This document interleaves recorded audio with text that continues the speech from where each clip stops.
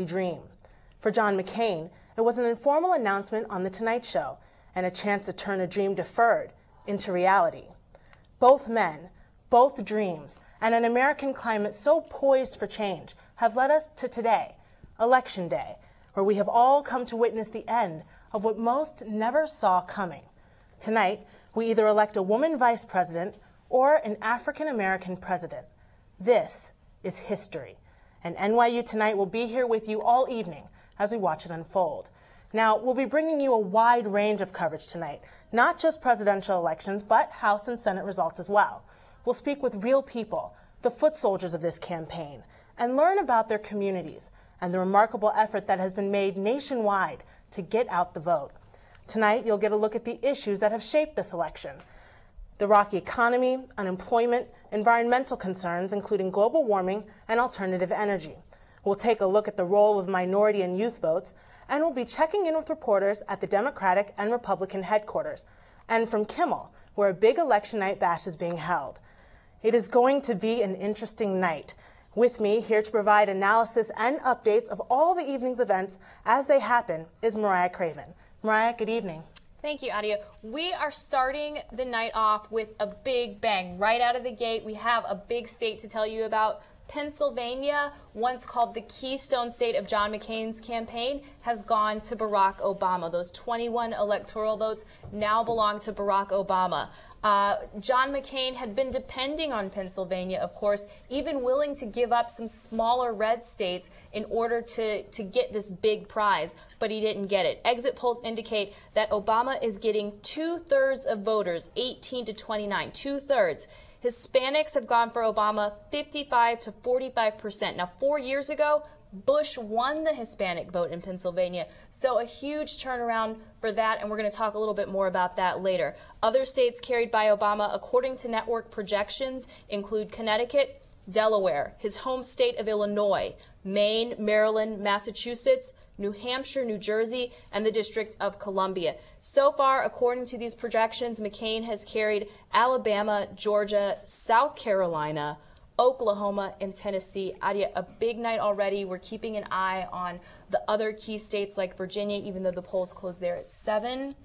We're still waiting on some final results from there, and we'll keep you updated.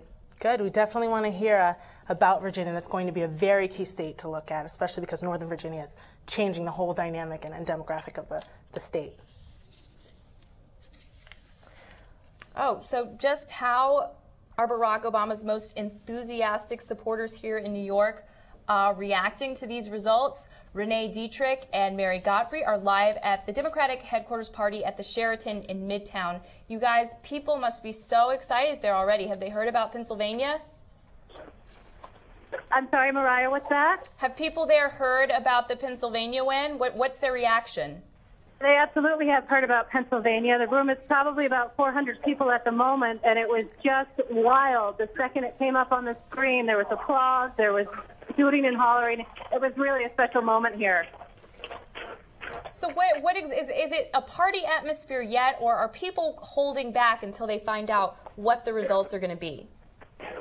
Well, what's going on right now here is there, like I said, probably a few hundred people here, all with probably a glass of red or a white wine in their hands. We're expected to have 2,000 people here tonight. That's at the Metropolitan Ballroom at the Sheraton Hotel.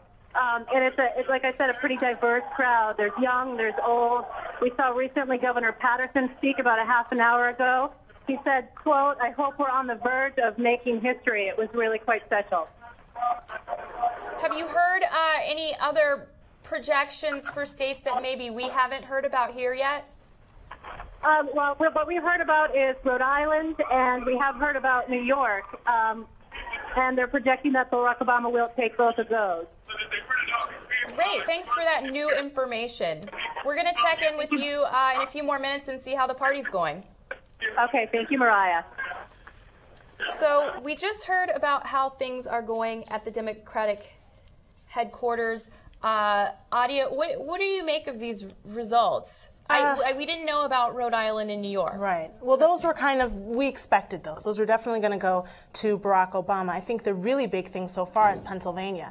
most people could not imagine a McCain win without getting Pennsylvania. So that loss for him definitely changes the game. And it'll be interesting to see what other states, what other swing states go for Obama or McCain. He would have to win some of these states with a lot of electoral votes. He would have to. He really has an uphill battle, it seems like, so far. Definitely, and a lot of the projections prior to the election said that in order for McCain to really pull this out, he would have to get all the swing states and take some away from Obama. So we'll see if he'll be able to do that with the rest of the results coming in. Well, he could get Virginia and Florida, and that would make up a whole lot of ground. That would change the map a little bit. And Nevada. Definitely. So we just heard about how things are going at the Democratic headquarters, but is the grand old party ready for a celebration on the Upper East Side? Laura Painter has been with the Republicans this afternoon. Laura, what's the mood like there? Hi, Mariah. It's Yemisi here, and it's very anxious at the headquarters here. We're up on the Upper East Side, and everyone's kind of nervously huddling around the widescreen TV, which is on Fox, and trying to gauge what's going on. That's interesting that they're watching Fox there. Yes, it is. So are people, is it a somber mood, or are people still willing to celebrate, even though... Well, we just heard a speech from the president of the committee here, and he urged supporters to stay positive. Robert Morgan said that they were going for a win and that everyone should keep their spirits up. But I was speaking to a Joe Shearer, who, although he is a lifelong Republican supporter, said that he didn't think that they had a chance, and he was very pessimistic about the possible outcome. I think I heard someone the other day say finding a Republican in New York is like finding a needle in a haystack. So how many people are at this party? There are about 100 people here. It's mainly people in suits. They're mainly older people, but it's definitely not empty. There are quite a few people here. Great. Well, Yemisi, we're going to check in with you later. Definitely. Cool. Yemisi Adegoke at the GOP campaign party tonight. We're going to check back in with her and Laura Painter a little bit later. Now, even though we're focused on this historic presidential election, we cannot forget the shift in power that we could see just 1 mile away from the White House on Capitol Hill. That's where Democrats across the country are battling fiercely to get control there. Nicole Keller is here with more on some crucial House races. Nicole, what's going on? Thank you. It should come as no surprise that the economy has changed and evened out many of the Senate races. For the Democrats, as of 9 p.m., courtesy of CNN, Arkansas, no surprise there, incumbent Mark Pryor won. He ran unopposed. In Delaware, it's a solid Democrat state. No surprise, Joe Biden won there. In Illinois, another solid Democrat state, incumbent Richard Durman won. In Massachusetts, solid Democrat, incumbent John Kerry. In New Hampshire, which is a toss-up, Democrat Jeanne Shaheen beat Republican John Sununu. This is a complete flip in comparison to their 2002 election, where they ran against each other, and Sununu won. They ran against each other previously in 2002. New Jersey, solid Democrat Frank Lautenberg won. In New Mexico, which was leaning Democrat, Thomas Udall won. In North Carolina, which was another toss-up, most surprising, as Democrat Kay Hagan takes the state from Republican candidate Elizabeth Dole after some controversy with Dole's commercial falsely saying, Hagan said, "There is no God." In Virginia, another solid Democrat state, Mark Warner won. In West Virginia, another solid Democrat, John Rockefeller IV won. That makes 10 for the Democrats. On the Republican side, in Alabama, solid Republican Jeff Sessions won. In Maine, which is leaning Republican, incumbent Susan Collins won. In Oklahoma, a solid Republican state, incumbent James Inhofe won. In South Carolina, a solid Republican state as well, incumbent Lindsey Graham won. In Tennessee, a solid Republican state, incumbent Lamar Alexander won. Both Wyoming seats are supposed to go Republican, but there are not enough seats to officially call it. So far we have 5 Republican, 10 Democrats. For another 20 seats are left up in the air. And we look forward to the Minnesota race, which Al Franken and Norm Coleman, and even an independent party member, are racing against each other in a very tight race. For the Democrats, they're a little bit worried about the independent candidate taking over, with 1/5 of Democrats saying they'd rather vote for the incumbent over Al Franken. Another part of the problem is that Franken and Coleman have spent the most on this Senate campaign than any other U.S. Senate on advertising. They've gotten nasty, and Coleman has even said that Franken hasn't paid many of his taxes, which is a very controversial issue in Minnesota. Another thing is that, well, this is the exact same seat that Paul Wellstone held previously to Norm Coleman. Paul Wellstone was a famous independent senator. So who could get that state? Probably not the independent, but it definitely could go towards Al Franken. It definitely could go towards Norm Coleman. In the past couple of weeks, Norm Coleman has been campaigning for McCain, but last week, Norm Coleman decided not to go to the McCain campaign, thinking that his polls were sliding. On the other hand, Coleman did campaign with Todd Palin in a gun rally held at a Gander Mountain, which is a hunting store in Minnesota. Al Franken, on the other hand, has had the support of Bill Clinton. He was doing a wonderful job, and the independent was on his own. And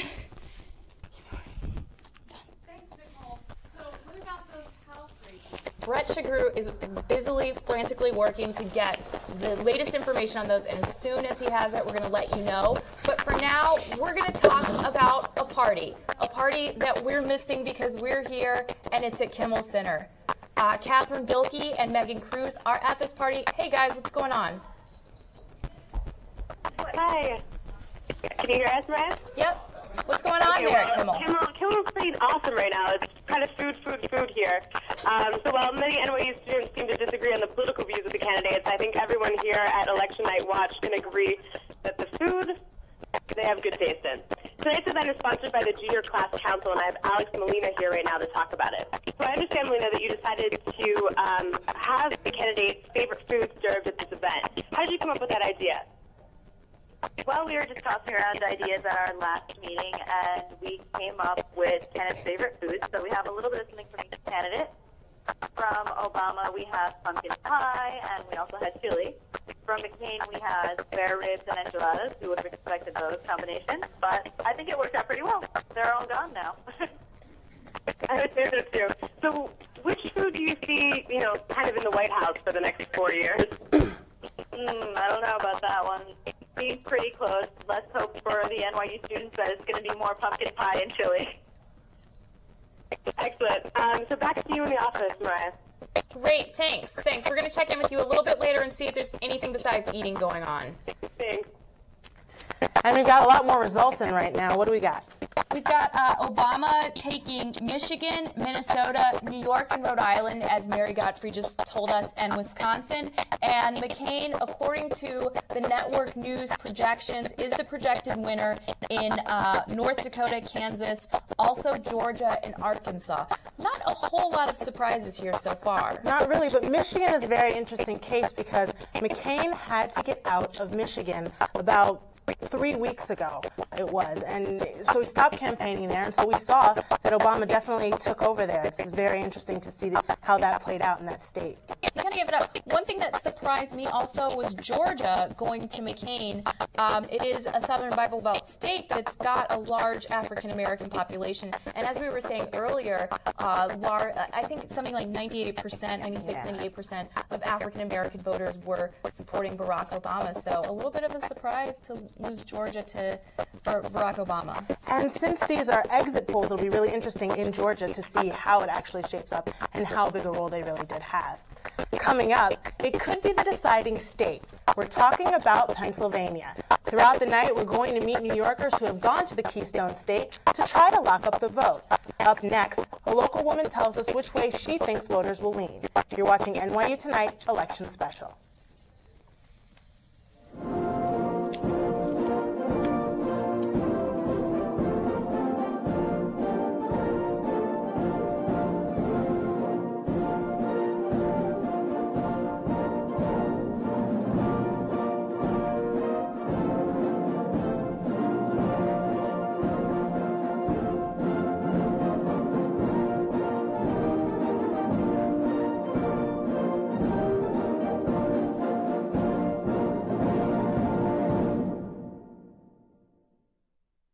You're watching a special edition of NYU Tonight, Election 2008. We've gotten some results in. Mariah, what have we got? Well, we're really talking about Pennsylvania tonight. Like I was saying earlier, this was supposed to be the key to John McCain's campaign. It was supposed to make his path to the White House a little bit easier, but he has lost it tonight to Barack Obama. Barack Obama, again, taking Pennsylvania, one of the key states that we've really been keeping an eye on. It really kind of narrows the path that John McCain is going to have to take if he wants to win this election. Now, one of our graduate students headed down to Pennsylvania to check out how residents there are voting. Priyanka Pruthi is at a polling place in downtown Philadelphia. Priyanka, what's going on there right now? Well, over here, there's a lot happening actually on the streets. The results have just come out from Pennsylvania, and Barack Obama has actually won. So there are people on the streets with banners, their cars with the loud music. Obama supporters are really ecstatic. We went to the Obama headquarters earlier in the day today, and volunteers have been working overtime. People had actually left their jobs in London. That come from all places from all over the world to help with this last-minute work. There was nail-biting tension, and everyone was really anxious. No one really was prepared for a loss here in Pennsylvania, in Philadelphia. A lot of them had been working very hard at the grassroots level. So it was exciting to see the kind of work that's gone into the campaign earlier today. Of course, the media was not allowed inside the headquarters in the morning when we went there because they did not want any kind of disruption. We also went out on the ground later today in Philadelphia at the church. We went down to one of the polling precincts, and we were told over there that the judge of the elections told us that they'd never really seen such a heavy turnout in many, many years. People had actually lined up since even before the polling booths actually opened. There were more than 200 people waiting at the precinct that we were at today. A lot of early voting had happened. Students who had actually gone out and voted in the morning, gone out onto the street, got more people to vote. So it's been an extremely exciting day here in Philadelphia. Now we can really just have to look around to see the excitement on the streets. Priyanka, that sounds really amazing. I can't wait to see how more people react as these numbers come in. Thanks so much for joining us. Thanks. Sticking with Pennsylvania, our reporters Charity Tooth and Aaron Howell got on a bus with New Yorkers who wanted to help out Senator Obama in a crucial swing state. Leading up to Election Day, Pennsylvania was the destination for many New Yorkers eager to help Senator Barack Obama get out the vote. Your ability to make change happen. They have packed up their bags, taken trains, planes, automobiles, and buses. At the time when Robert Kennedy actually was assassinated, I stopped voting for a while, and it's been a long time since I got excited about a real candidate. It feels as if something very, very important is going to be happening. For Elizabeth Mann and her husband Stu, their activism meant leaving their comfortable lives in New York and moving to Montgomery County, where they've been working 12 to 15 hours a day for the past 5 weeks. It was right around the time when the Obama campaign was sent out an email asking if anybody has the time, if somebody can give 5 weeks, send your resume with any kind of community organization stuff that you have mentioned and come work for us, which I did, which I'm glad I did. And I got an email from the Obama campaign. They get 1 million emails, and it said they're doing this thing, Camp Obama, where you get trained for a weekend and you spend 5 weeks in a battleground state. And I just answered it. Of the 300 Obama-Biden campaign offices in Pennsylvania, 23 were in Montgomery County. There has been, though, I guess, a large push by Republicans to try to hold on to, this is a wealthy area, wealthy voters, wealthy Republican voters. Obama's campaign has roused many who've never volunteered before. Today's my first day canvassing. Yay! How'd it go? It's the first time I've ever been involved with any political activity. This past Saturday, the Obama-Biden campaign began its final push to get out the vote. Volunteers set themselves the goal of knocking on 10,000 doors. The campaign registered over 500,000 new voters. If we get them all out to vote, we win. Stu and Livy have high hopes for what Obama and Biden will do if elected. I'm really looking forward to seeing what happens in this country. And I don't mean like next year. It's going to take a while, like over the next decade. I'm really curious to see if there is such a thing as a sea change. The core message of Obama's campaign has been change. For the volunteers, this message not only means change in Washington, but change in their lives. Writers and lawyers became community organizers. Generations mixed, as grandmothers worked with college students, and future generations were inspired. I hope I go to college and be a doctor. My dream is to go to college. I want to be just like him.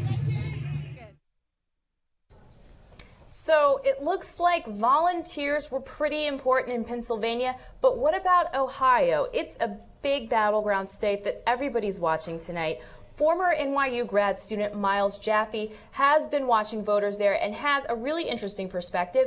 He campaigned there in 2004 for John Kerry. Now, Miles is live on the phone right now. Thanks so much for joining us, Miles. What's changed in the past 4 years for Ohio voters? Well, I mean, several things have changed. I think, first, in terms of campaigning, I think that the Republican hostility has, to some degree, diminished, and people were willing to listen to people this time. In 2004, we were treated sort of like traitors to the nation, and therefore, people would simply hang up. This time, people were, concerned about real problems, such as the fact that they were having real troubles, and the jobs were disappearing, and Ohio is in terrible shape. So that's the first thing that changed in substance. In terms of the process, the two major changes were, one, the development of early voting, and two, the fact that Democrats took control of the state government, particularly the Secretary of State, Jennifer Brunner, who made things easy for the Democrats and who was for voter inclusion, as opposed to Ken Blackwell 4 years ago, who was into voter suppression. So now I know that you were at at least one polling place today. What was it like there? Well, I was in East Toledo, which is a relatively poor, but several precincts were principally white precincts, but poor, and there wasn't pressure all day. In fact, we were upset at one point that the turnout was relatively small, and then the people said, well, normally the turnouts, they get 25 to 30% in a presidential election, and this time maybe approaching 60. So it shows that one's reaction is totally governed by one's expectation. So what do you think is the reason that so many more people turned out today? Oh, well, the usual reasons. That everybody attributes nationally, namely, obviously, Obama's a very appealing guy. The issues are critical. People are fed up. They've had enough. They realize it's time for change. There wasn't anything particular about Ohio. The Ohio situation is one in which the amount of dilapidated houses being abandoned, not even foreclosure houses that are just being walked away from. Shopping centers with grass growing up in the parking lots and so forth. The state's it's been in a recession for 2 years, in effect, and it's really under terrible pressure. So how many volunteers were there compared with voters? Because it sounds like there had to be a real effort to get out and talk to people. Well, it's hard to quantify, the number of volunteers. You have huge numbers. Like 2 weekends ago, we knocked down 350,000 doors. And what we, in a little microcosm, we were at one staging location, and there were 800 staging locations throughout the state. So in other words, in the last 4 days, they moved out of these headquarters, of which there were probably, give or take 100, into these staging areas, which were small places, could have been private homes or a hotel room or whatever. And in our staging area, we had like 30 volunteers on and off. And many from out of state, maybe 12 or 13 or 14. And they were, of course, virtually around-the-clock volunteers. So if you project that out over the state,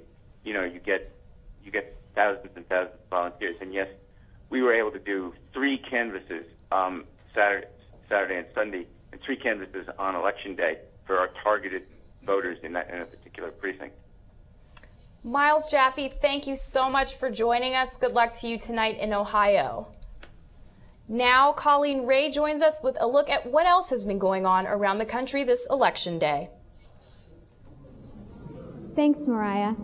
I'm here at the NYU Arthur L. Cantor Journalism Institute to bring you updates as the election results come in. I'll be monitoring CNN and other networks throughout the show, and I'll start tonight with stories from around the country.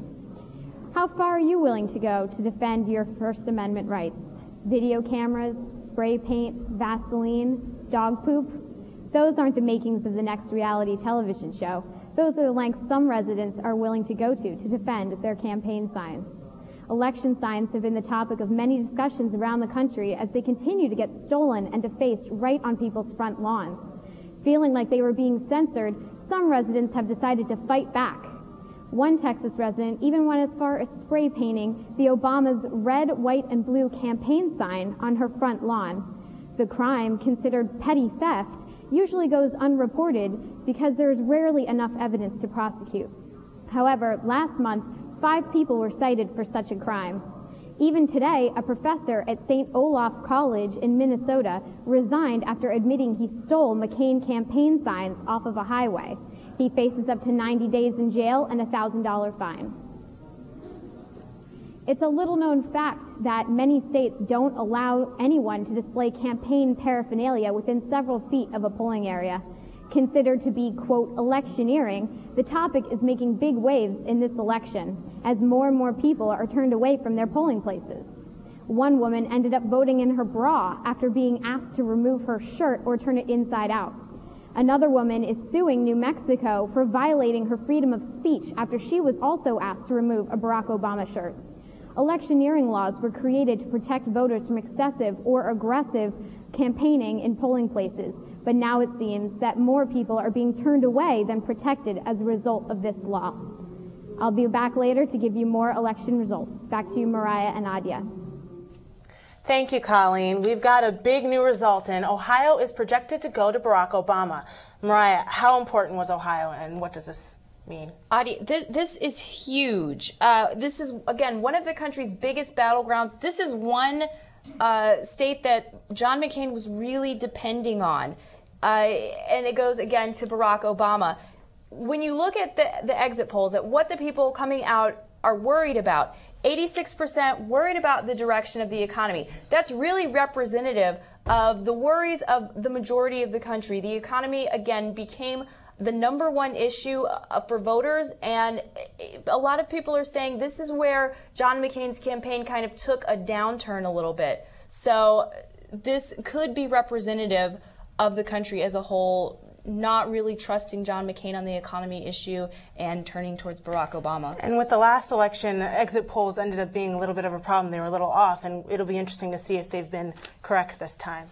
Up next, our reporters hit the streets of New York's most diverse neighborhoods. We'll tell you how the vote went down in Chinatown and how Latinos in Queens have made their voices heard.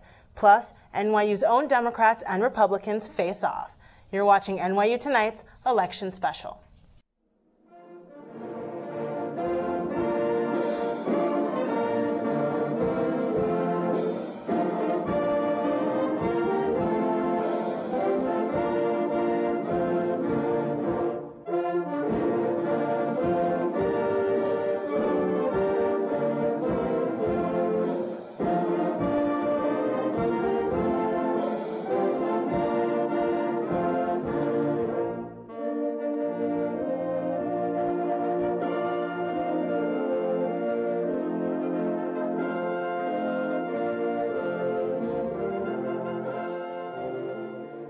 Welcome back. You're watching a special edition of NYU Election 2008.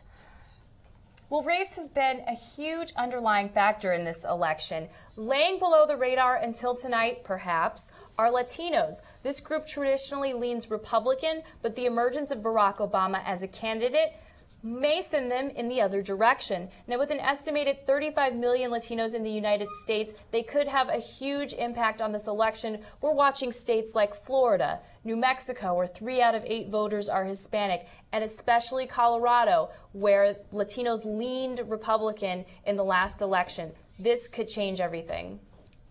We're going to take you to the neighborhoods of New York City. First, Queens, where Latinos showed a newfound activism. Jaime Villarreal and Kate Thomas hit the streets with them. There were not only young people or even citizens who were campaigning to get out the vote.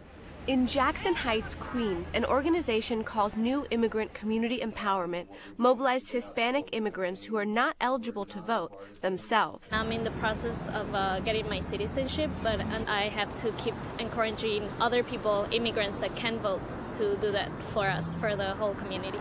Over the last 3 Sundays, NICE got these people out, knocking on registered Latino voters' doors. This is one way that we can show not only the Latino community but also our elected officials that we matter and that our vote matters. In Jackson Heights, 20,000 Hispanic immigrants are eligible to vote, but less than 10% voted in the last elections. When you go to a poll site and there's no one that speaks your language, when you don't find or feel an ownership to the process, to a candidate, those are things that are discouraging. There is a large quantity of people that are not interested. They have all the documentation necessary to vote, but they are scared to do it because they are unfamiliar with voting technology. But that does not mean that people are not concerned about the issues in their community. Someone that's been here for so many years, finally naturalized, and is registered to vote wants exactly what every other American wants. Many people work and they're underpaid and their rights are not respected. Something very important to this community is alleviating delinquency and drug addiction. Many Latinos are business owners, small business owners. The economy is something that is on everybody's mind. NICE hopes that their efforts will yield a big turnout in the polls today. If you do engage people, if you knock on their doors, if you call them, if you do education, you can increase that percentage of voting. This is Kate Thomas with Jaime Villarreal for tonight's NYU Election Special. So, remember a few minutes ago when we only had the Senate races and we were missing the House races? Guess what? We have the latest House race information for you. Brett Shagru is here with more. Brett?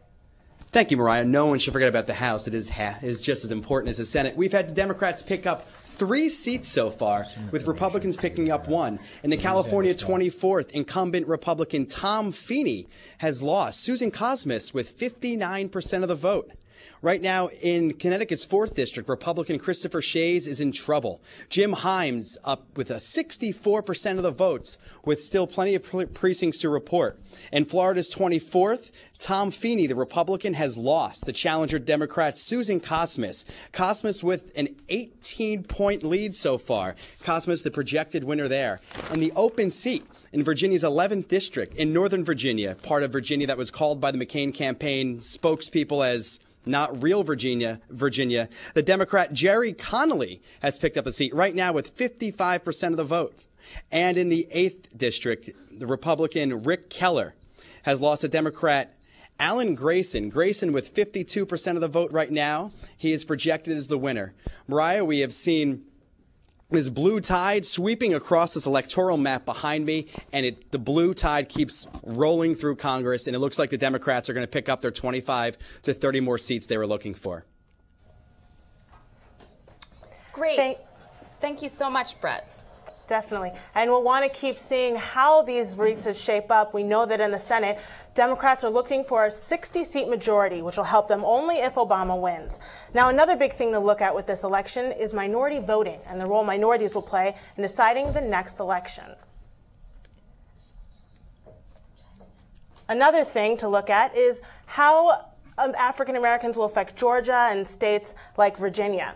The right to vote in America is sometimes taken for granted, but for people who migrated to this country from China, it represents freedom. Bob Moretti and Joseph Laban report from Chinatown. Over 40,000 Chinatown residents in New York City were registered to vote in today's election. In the days leading up to today, Chinese American immigrants studying English discussed what they're looking for in the next president. Intelligent, hardworking, and you have a very strong personal characters. The Unite Here union organizes these classes to help immigrants integrate themselves into American society. Kitty Tang has helped oversee the program for 18 years. We don't encourage them to be in any party. I think it should be their choice, but we just explain to them what party will be benefit to them or serve their needs, so this way that they can make their own choice. Coming from China, these students have a deeper appreciation for being able to select their leaders. This is a human rights. In China, we never do that. Yeah, sure, I'm going to vote. Everybody should vote. And really, this country is good system. Everybody need to vote and have our voice speaking. Johnson Lee of the Chinese American Voters Association observes that immigration policy continues to be a major consideration in today's election. A lot of them want to have new immigration laws, but unfortunately both presidential candidates avoid the subject because it's too touching. Nobody wants to get a hand on these hot potatoes. But not all Chinese American immigrants are as lucky as the students in adult English classes. Many remain illegal. Since they are not legally Western and not a citizen, they can vote, so they feel it's not fair to them. This is Rob Moretti with Joseph Laban for NYU Tonight Election Special. Well, from Chinatown in New York City to China itself, we wanted to know what the Chinese people thought about our election. Joining me tonight is Karen Zhang. Karen, how are you? Hello, Mariah. I'm calling from a dormitory in the Communication University of China. How are you? I'm great, thanks. So, what do people think? What do people in China think that Obama becoming president would mean for your country? Well, Obama is very specific about his economic knowledge. So many of the entrepreneurs prefer Obama because, firstly, his experience of starting from scratch and then successfully become two of the president's candidates were amazing in China, and most of the importers prefer him to be the president of the USA. However, several soldiers prefer the McCain because his experience of working in the army as well as his policy of the security about the USA and China. So they think if McCain to be the president, their treatment as well as their status will increase in China. If the Chinese were to vote for an American president, who do you think they would choose? It depends on different people, and the students in China prefer the McCain mostly because, most of the students just want to trade in the USA companies' job to start their career. So they think the McCain's policy of international free trade will encourage them to work in the international company. Great. Karen, thank you so much for joining us tonight. Thank you. And from China, back to NYU. Just how actively are students voicing their opinions and participating in this historic election? Celine Cusick sat down with Hampton Williams of the NYU College Republicans and Neil Schrechter of the NYU College Democrats to find out. Hampton, Neil, thank you so much for joining us today. Thank Let's you. get started. First, let's look at the nastiness of the campaigns. Shouldn't we be focusing on the issues this close to the election? I mean, that time period for personal impressions is long gone. They've both had that chance. Both candidates should be concentrating on their stances on the issues, right? Well, I mean, I think that if you look at what we're determining the nastiness of the campaigns, what we have to understand is that when we're electing a president, we're not only electing a platform, but we're electing leadership. And, a way to judge leadership is by looking on how people have reacted their whole lives. And so, I mean, is, mudslinging and all this negative ads, are they, perhaps unproductive to the debate of platforms and ideas? Yes, they are. But do they actually kind of provide some kind of insight into what kind of leader they can be or what, the morals and ethics of that person are? I think that, people are interested in those things. I think that Rick Davis, who is McCain's campaign manager, he had a really interesting statement a couple of weeks ago where he said, basically, if this election is decided on the issues, we lose. And if the election is decided on the economy, we lose. So the idea behind the McCain campaign over the past month has been shift the tone away from the economy, which is what most voters are thinking about day and night right now, and try to focus and make this a referendum on Obama. And I think that, unfortunately, so far it hasn't worked. I think that voters have stuck with the economy, and I think that Obama is winning that battle. Do you believe that McCain has made a good choice for his running mate? Do you agree with this decision? Yeah, absolutely. Sarah Palin was, I think, the best choice he could have made. What he was looking for was a governor. He was looking for somebody who had experience on energy policy. He was looking for somebody who had an excellent approval rating. And he was looking for somebody who could unify the conservative base that he had kind of had trouble collecting throughout the primaries. Down the line, that's exactly what he got. Sarah Palin, I think, is just an excellent complement to his reform ticket. She has a long history of challenging the Republican Party in Alaska. She has the history of developing one of the largest public infrastructure pipelines in the American history. So I mean, I think that for energy, for domestic policy, it's a sure bet for her. And do you feel the same about Obama? I think that Obama made a great choice. I think you look at Joe Biden and you see someone who is ready to govern from day one. Joe Biden is ready to step in if need be. God forbid anything were to happen to Barack Obama. Joe Biden is someone who voters can trust, who voters can put their faith in as a guy who is tested and ready. And I think that Joe is a great guy who is really down to earth. I think that in almost every respect, Joe Biden was the perfect match for that ticket. Now, early voting has been huge all over the country. Obviously, people want to have a voice in this election. Are students responding the same way? Absolutely. I know that both of our programs have worked on voter registration drives throughout the semester, as well as kind of get out the vote efforts, not only helping people register, but also contacting them again to make sure that they actually are voting. Those are both a very important thing. I, in fact, just mailed mine off a couple of weeks ago. So, yeah, I mean, I think that for any college student who is away from home, early voting and absentee ballot voting are very important. You know, it's estimated that 1/3 out of all of the votes cast in this election are going to be cast early, which is a historic level. And it's really interesting when you think about the role that students are going to play in this election, because I believe, and I look forward to seeing whether this is true on election night, that the 18 to 24 vote demographic is going to be higher than it's ever been. I think that college-age students are really going to come through, not just for one party or another, but I think in the sense of their civic duty, of voting and taking that important step of being a part of the political process. We registered or obtained absentee ballots for over 760 students in 3 hours a month ago. And that level of success here at NYU is reflective, I think, of a broader success throughout every college campus right now. Hampton, how do you deal with representing the minority of this campus?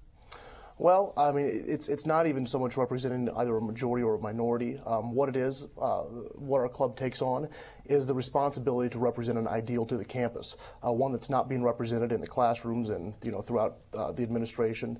The fact is that if we don't bring the Republican voice to campus, if we don't bring the conservative voice to campus, it's not going to be here. So I mean, we never look at it in terms of we're representing the smaller group. It's that it's our duty to try to enlighten the larger organization about what republicanism is, what conservative ideals are, and I mean that's really what we've geared on doing by opening up, bringing speakers to campus, by co-sponsoring events with other clubs and trying to get out there. I think one of the most important things we've done is help found the Political Union and Review with other political organizations here on campus, and that kind of brings all the political groups together to kind of exchange views and ideals. And Neil, you have the role of representing the majority.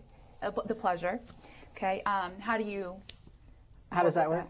Well, one of the things that we do is we focus on, instead of doing programming on campus, although we do a lot of programming, we focus on helping the Democratic Party try to win elections, both here locally in New York State. We're one seat away from taking over the New York State Senate, and if you watch Tuesday night, the Democratic Party will finally take over the New York State Senate.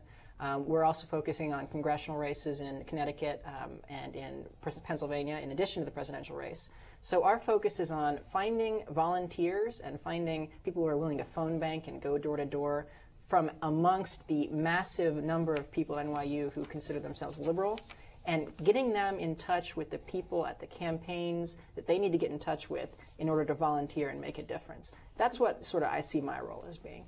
Great. Thank you so much, you guys. We're out of time, but thank you for joining us. Hampton, Neil. Now, back to you. It'll be interesting tomorrow to see how the college Democrats and Republicans handle the results. Now, we've got a lot of states to tell you about. Many are still too close to call. Those are swing states. And we've got predictions for West Virginia and New Mexico. Mariah, what is going on? Well, the big story at the moment is New Mexico, which has gone to Barack Obama. Now, again, we were talking a little while ago about Latino voters. This indicates a big shift in the Latino population from being Republican supporters to Democratic supporters. Also, we found out that West Virginia has gone to John McCain. Louisiana has also gone to John McCain. We're still keeping a close watch on these key battleground states that are still too close to call right now. We're looking at Indiana, Virginia, North Carolina, Florida, and Missouri. Those are big ones, and they add up to 77 electoral votes. So those are the important ones, Adia. All right. Coming up, they've been to Iraq and Afghanistan, and they say the experience has turned them off to both party candidates. We'll find out who veterans voted for. Plus, from our grassroots coverage of New York City to the international arena, how does the world see us in our elections? We'll hear opinions from all over the world. You're watching NYU Tonight's Election Special. Democrats in this election, but I'm wondering if we can find anything that the two can agree upon. So to do just that, I brought you Eric Levin, the Secretary of the College Democrats, and Hampton Williams, the President of the College Republicans. So guys, autumn in New York, just the best time of the year? Absolutely. Cool weather, beautiful scenery. It's gorgeous out. Who wouldn't want to be outside on a day like this? Washington Square Park, done by May? I don't think that's going to be happening. Not a chance. New York City pizza, the best pizza in the world? What else could you possibly want for lunch? Absolutely incredible. That's all you can say about it. They're hungry, they're agreeing. This is looking very promising. New York Giants. Oh yeah. Kansas City Chiefs. So in Giants. Football seasons, it gets ugly. Back to you in the studio. Welcome back. You're watching a special edition of NYU Tonight Election 2008. So we've gotten quite a few results in so far. I'm just going to run down the list and let you know which states have gone for who so far. We've got Georgia going for McCain. Kentucky, the networks are calling this one for McCain, as well as South Carolina. Again, these are projections based on exit polls. So I guess it's not official until we see how voters did, but this is how they're responding as they're leaving the polls. Ohio went to Obama. That's a big one. West Virginia projected to go to McCain. New Mexico, another big one, projected to go to Barack Obama. Also going to Barack Obama, Connecticut, Delaware, Illinois, Maine, Maryland, Massachusetts, New Hampshire, New Jersey, Oklahoma going to McCain. The big ones so far, Pennsylvania, again going to Barack Obama. Washington, D.C., also projected to go to Barack Obama. And we're going to keep updating you. But how are NYU students feeling about these results? We're going to head over to Kimmel Center right now, where Catherine Bilkey and Megan Cruz are going to find out. Hey, Mariah. We're here at Kimmel's Rosenthal Pavilion, and the party's still going strong. This is the election night extravaganza. It started at 6 p.m. today. It's scheduled to close at 10, but honestly, the party is still going on. I don't know that they'll clear out by 10, but the event was hosted tonight by the John Bradimus Center and the NYU Office of Government and Community Affairs. And with me right now is Tom McIntyre, the project manager for the Bradimus Center and tonight's event manager. So, hey, Tom, I'm just going to ask you a couple questions. Why the party? Well, after an election cycle such as this one that, it's hard fought on both sides, and we just wanted to, celebrate our democracy and then encourage voting, so we decided to throw a celebration of everybody's hard work. Great, and there was a great turnout. There was about 300, 400 people here today. 25. Oh, I'm sorry, 625. So who was in attendance? Students? We actually had, it went out to university-wide listserv, so we had a lot of students, a lot of faculty, administrators, and a lot of people from the community showed up. It was a great turnout on all fronts, and we were very happy. So I know you told me before that it was very bipartisan. We had, Democrats, also Republicans, but I'm assuming more Democrats. Did the food that you provided at tonight's event help to erase that divide a little bit? Well, I think everybody was just, excited for the turnout. Obviously at this point, it looks like it's going in the Democrats' favor. But everybody is just celebrating and having a good time. And the food, we highlighted food from the battleground states just to kind of close the divide, and everybody, seemed to be having a good time. Again, it's great. Well, thank you so much. And as the event starts to close, I'm just going to let everybody party to the music. But I think, as for myself, I'm going to just hang around with the candidates, if you don't mind. I know that they're probably all tense and waiting on all this thing. So good luck to them, and good luck to you, Mariah, for the rest of the night. Megan, really quickly, Megan. It sounds like people are having a good time, but what do they think about the results so far? Well, they're pretty happy so far. It seems like Obama's in the lead, so I think they're just partying now. No more tense, not as tense as it was at 6 o'clock today. Great, thank you so much. Thanks so much. Back to our New York City communities, the Persian Jewish community in Great Neck cared a lot about this election, but was reluctant to talk about it. Parima Sadagat reports. I'm really debating. Okay, very difficult decision this year. 2 weeks before the election and still undecided? Today, the Persian Jewish community of Great Neck have gathered to celebrate the festival of Sukkot and prepare gift baskets for benefit of studying Torah. So who are they voting for in this election? Many were afraid to share that with us on camera. Instead, we were referred to their community leaders who agreed to talk, but very reservedly. I'm still scaling what they have to say. So what's the hesitation? The answer is fear. After the Iranian Revolution of 1978, many fled their homeland in fear of discrimination and political persecution. Today, the Persian Jewish community of Great Neck has over 15,000 members with several synagogues and community centers. They are a highly united and close community. And as Iranian American Jews, they find themselves in a tough situation in this election. For guidance, they consult their community leaders, who are leaning towards McCain in this election. They are afraid that Mr. Obama is not going to be supportive of the state of Israel and Jewish people in the States, but I don't think that's true at all.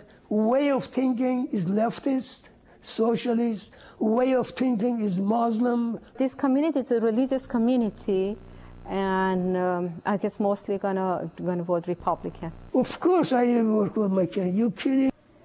And the reason McCain gets this support is his stand on Israel. Hearing Ahmadinejad saying things like death to Israel or wiping it off the map, does that bother you? Of course it does. I feel really, really sad. Do you think a lot of Iranians share Ahmadinejad's view? No, not at all. Not at all. All against him. But they cannot say it, because if they say it, they're killed, they're beheaded.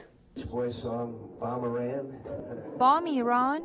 Iranians were greatly offended by McCain's song, but views amongst this community varied. That's very, very, very good idea. I felt really badly about it. To me, Iran is still my home, even though I've left it 30-something years ago. Still, I wouldn't like it if they bombed Iran. Now living in the U.S., this community is gradually getting used to having freedom of speech. But this doesn't come easy after so many years of restraint. So we've been telling you tonight who has won which states. We've been listing them for you. But what does it all mean? Well, I have network news projections as of 9:50 p.m. Barack Obama has 200 electoral votes. John McCain has 90. Of course, 270 votes are needed to become president. So what does the GOP think about being the underdog at this point in time? Laura Painter is at the GOP New York City party on the Upper East Side. Laura, what's the mood there like right now? Well, the mood is, some people have, a man that I spoke to left, they are, it's pretty much things before much more anxiety. Everyone has stood up now, they're glued to the TV, getting very anxious. I spoke to some of those people, and they kind of felt that he kind of didn't stand a chance, but they kind of expected that coming into this. Wow. They're very worried and anxious. Did they really, I mean, were they that pessimistic? Some were, but other people have really supported him, but the pessimism, yeah, they are still very strong, believing that he would be the right man for the job. But as far as, other people voting for Obama, they felt that, McCain, there were some issues. Mm-hmm. Okay, so let's switch gears a little bit. We just saw a package about how America's stance on Israel was important to New Yorkers. What would people there say about this? Okay, I spoke to a few people who are from a Jewish organization, and one man quoted, Israel is the strongest U.S. ally in the Middle East. Terrorism is their main concern, and that Obama's stances have been too wishy-washy, going back and forth. And McCain's consistency on his stance in the Middle East and foreign policy has been consistent through his campaign. They really respect his strength and steadfastness. And well, it sounds like there's a lot of heavy stuff going on there right now. Laura Painter, thank you so much for joining us. We're going to check in with you in a few minutes. Okay, thank you. Now, with this election, the Muslim Pakistani community was torn between candidates. Priyanka Pruti found out why.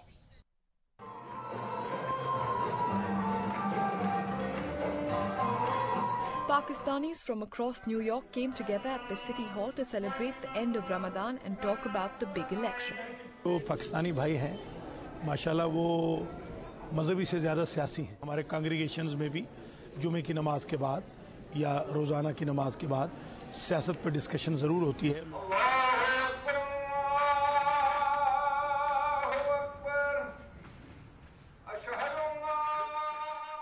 This is the Makki Mosque in Brooklyn's Coney Island Avenue, America's Little Pakistan. The nerve center of religious and political activities for more than 190,000 people of Pakistani origin that live here. Clerics, the most influential members of the community, have been urging people to cast their vote. Estimates from 2003 suggest that only 36,000 Pakistani Americans were registered voters. Until 2001, most of them voted Republican. The leadership, which was the religious clerics, is still very conservative, and they jointly supported and endorsed Bush administration. But September 11th led to a dramatic shift. Pakistani Americans say they became living victims of a policy that made racial discrimination and profiling a way of life. For 7 years, they've been labeled as terrorists, their religion ridiculed, and their children isolated. America जो ये 9/11 के बाद ये लोग भी blame कर रहे हैं मुस्लिम कम्युनिटी ऐसे है, ये बर्दाश्त नहीं हम लोगों से होता। हम ऐसे नहीं हैं। This election, Sana Roth is voting for Barack Obama. वो भी सिटीजन 2 पे आ रहा है, तो हम भी वो मुस्लिम कम्युनिटी के लिए अच्छा साबित हो। The man who these women hope would pull out the painful associations that come with being a Muslim. Obama. बच्चे मेरी पूरी फैमिली ओबामा की। The man who's managed to ignite political discussions in the unlikeliest of places. Obama? But the enthusiasm has been dampened by Obama's call to intensify attacks in Afghanistan and its borders with Pakistan. Which is if Pakistan is unable or unwilling to hunt down bin Laden and take him out, then we should. Mr. Obama साहब पाकिस्तान के खिलाफ जो बातें कर रहे हैं, उनके इरादे तो हमें कुछ थोड़े मशकूक लग रहे हैं. Lesser evil, our lesser evil and last choice is, Obama. He's a community organizer in comparison to a professional army personnel, a professional killer. Irrespective of the preferences, community leaders say their objective was to get people to vote today. The message we gave to them that you have to be part of this political process. You have to use the power of the vote. And if you cannot vote, you cannot use your voices heard, then probably you're going to be left behind. And if you are left behind, that's not good for your children. Or the children's children who are coming up, they will not forgive you for your mistakes. In New York, Priyanka Pruthi for NYU Tonight Election Special. So let's head uptown to Midtown, where the Democrats from New York City are celebrating tonight. Renee Dietrich joins us now, live from their big celebration. Renee, what do people there think about the fact that Iowa, went to Barack Obama? Well, the only way I could describe this is brimming. I mean, this is, even though Obama's taking states, it looks like left and right, it's still a close race. We're still looking at 50% to 40%, just very close call win. Nonetheless, there's just an absolute fervor here. Everyone is so excited. It's a party. So what exactly are people saying about it? It seems like they're not willing to go out on a limb yet and say, yay, we won. So what are they holding back at all? Well, you know what? People that are here are really, strong Obama supporters. For instance, I was talking to one woman, and she and her family came down from Albany, New York, just to be in the city for this particular event. And she was, she supports Obama completely. She was saying that this is a historical moment that she and her children are watching, and she even called him. She said, to my children, he is a beacon of light, and especially for children from diverse backgrounds. She was very excited. So are you saying that there are people there who maybe this election might mean a little bit more emotionally for them? What are they saying about that? Absolutely, Mariah. I mean, I think emotional is the right word to describe a lot of the supporters here. A Hispanic woman I was talking to, she said that she worked very hard to become a physician, and she said that Obama, to her, is the first president, or rather, he's the first presidential candidate to represent all the underserved, that he really represents what America is about, in fact. I don't know if you can tell, but the excitement is just brewing in the air. There's so much going on. It raises and falls. You can't even hear yourself at times. Great. Renee Dietrich, thank you so much for joining us. We're going to check back with you in a few minutes. So what are people around the world thinking about our election? Who is keeping an eye on it the most? Sina Simon and Pauline Penisenko join me now with opinions from around the world. If the world were to vote today, it looks like it would be a landslide victory for Barack Obama. Across the board, polls on the U.S. election in foreign countries show an overwhelming support for Barack Obama. On average, 70% of people polled said that if they were voting today, they would vote for Barack Obama, with only 16% saying they would vote for John McCain. And what is the country paying the most attention to the U.S. election? It's not our neighbors, Canada and Mexico. It's actually South Africa, with 28.4% of people there saying that they are, quote, paying quite a lot of attention to the U.S. election. Overall, Sub-Saharan Africa is paying a great deal of attention to this election, with the majority supporting Barack Obama, possibly because of his Kenyan heritage. Africa has received a lot of support from the Bush administration, but despite this, they have not continued to support another Republican administration for the United States. The main issues people are concerned about in South Africa are poverty and human rights. For all the other countries polled, the top three issues were the environment, poverty, and the global economy. Americans also count terrorism as one of their top three issues. The candidates have not discussed South America very much during this campaign, and as a result, many people there say they haven't paid that much attention to the U.S. election. Most say they don't feel that Obama or McCain will change very much for their countries. One country that is paying a lot of attention, though, however, is Cuba, a country that's still struggling as a result of the U.S. embargo. Here's what some Cubans had to say. I think it's a historic moment in the world. I mean, no matter whether you're Cuban or you're American, I think, U.S. is an important country, and whatever the outcome of that is, it's going to have an effect on everybody. When one of the candidates makes some sort of declaration about what their position towards the embargo will be, then Cuban people are interested.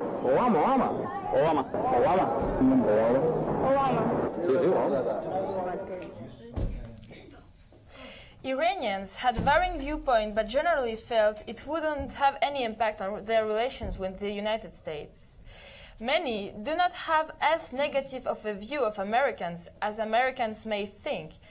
Here is what one man had to say about the election. From Harvard, somebody who's not allowed, he's a politician after, after many years, and he can lead a great nation. American nation is a great nation, just like Iranians are.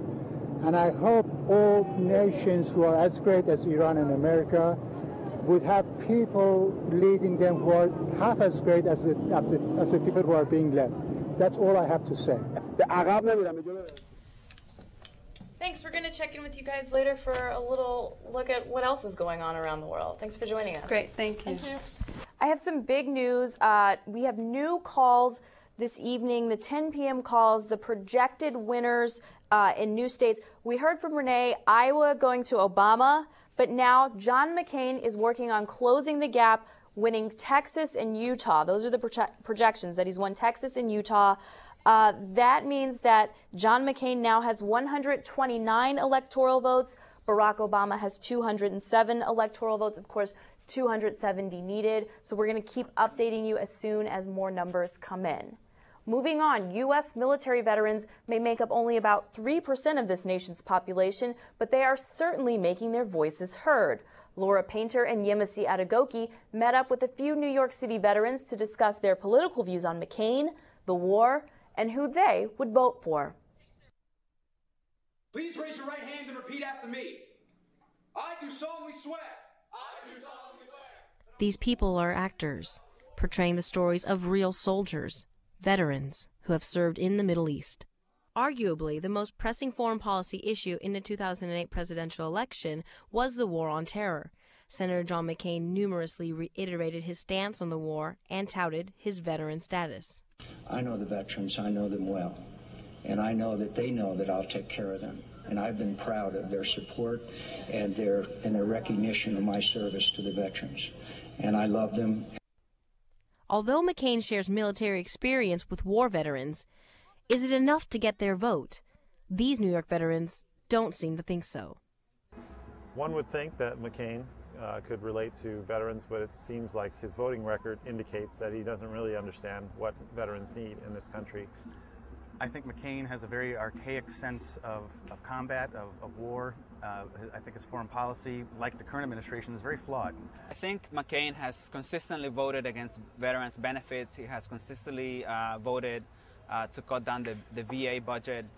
And I think that the fact that he served in Vietnam only makes it worse that he's got such a poor record, when it comes to veterans' benefits. Very often veterans are used in a way by politicians to say, yeah, we support our veterans, But when it comes time to actually do something to support the veterans, it doesn't always translate.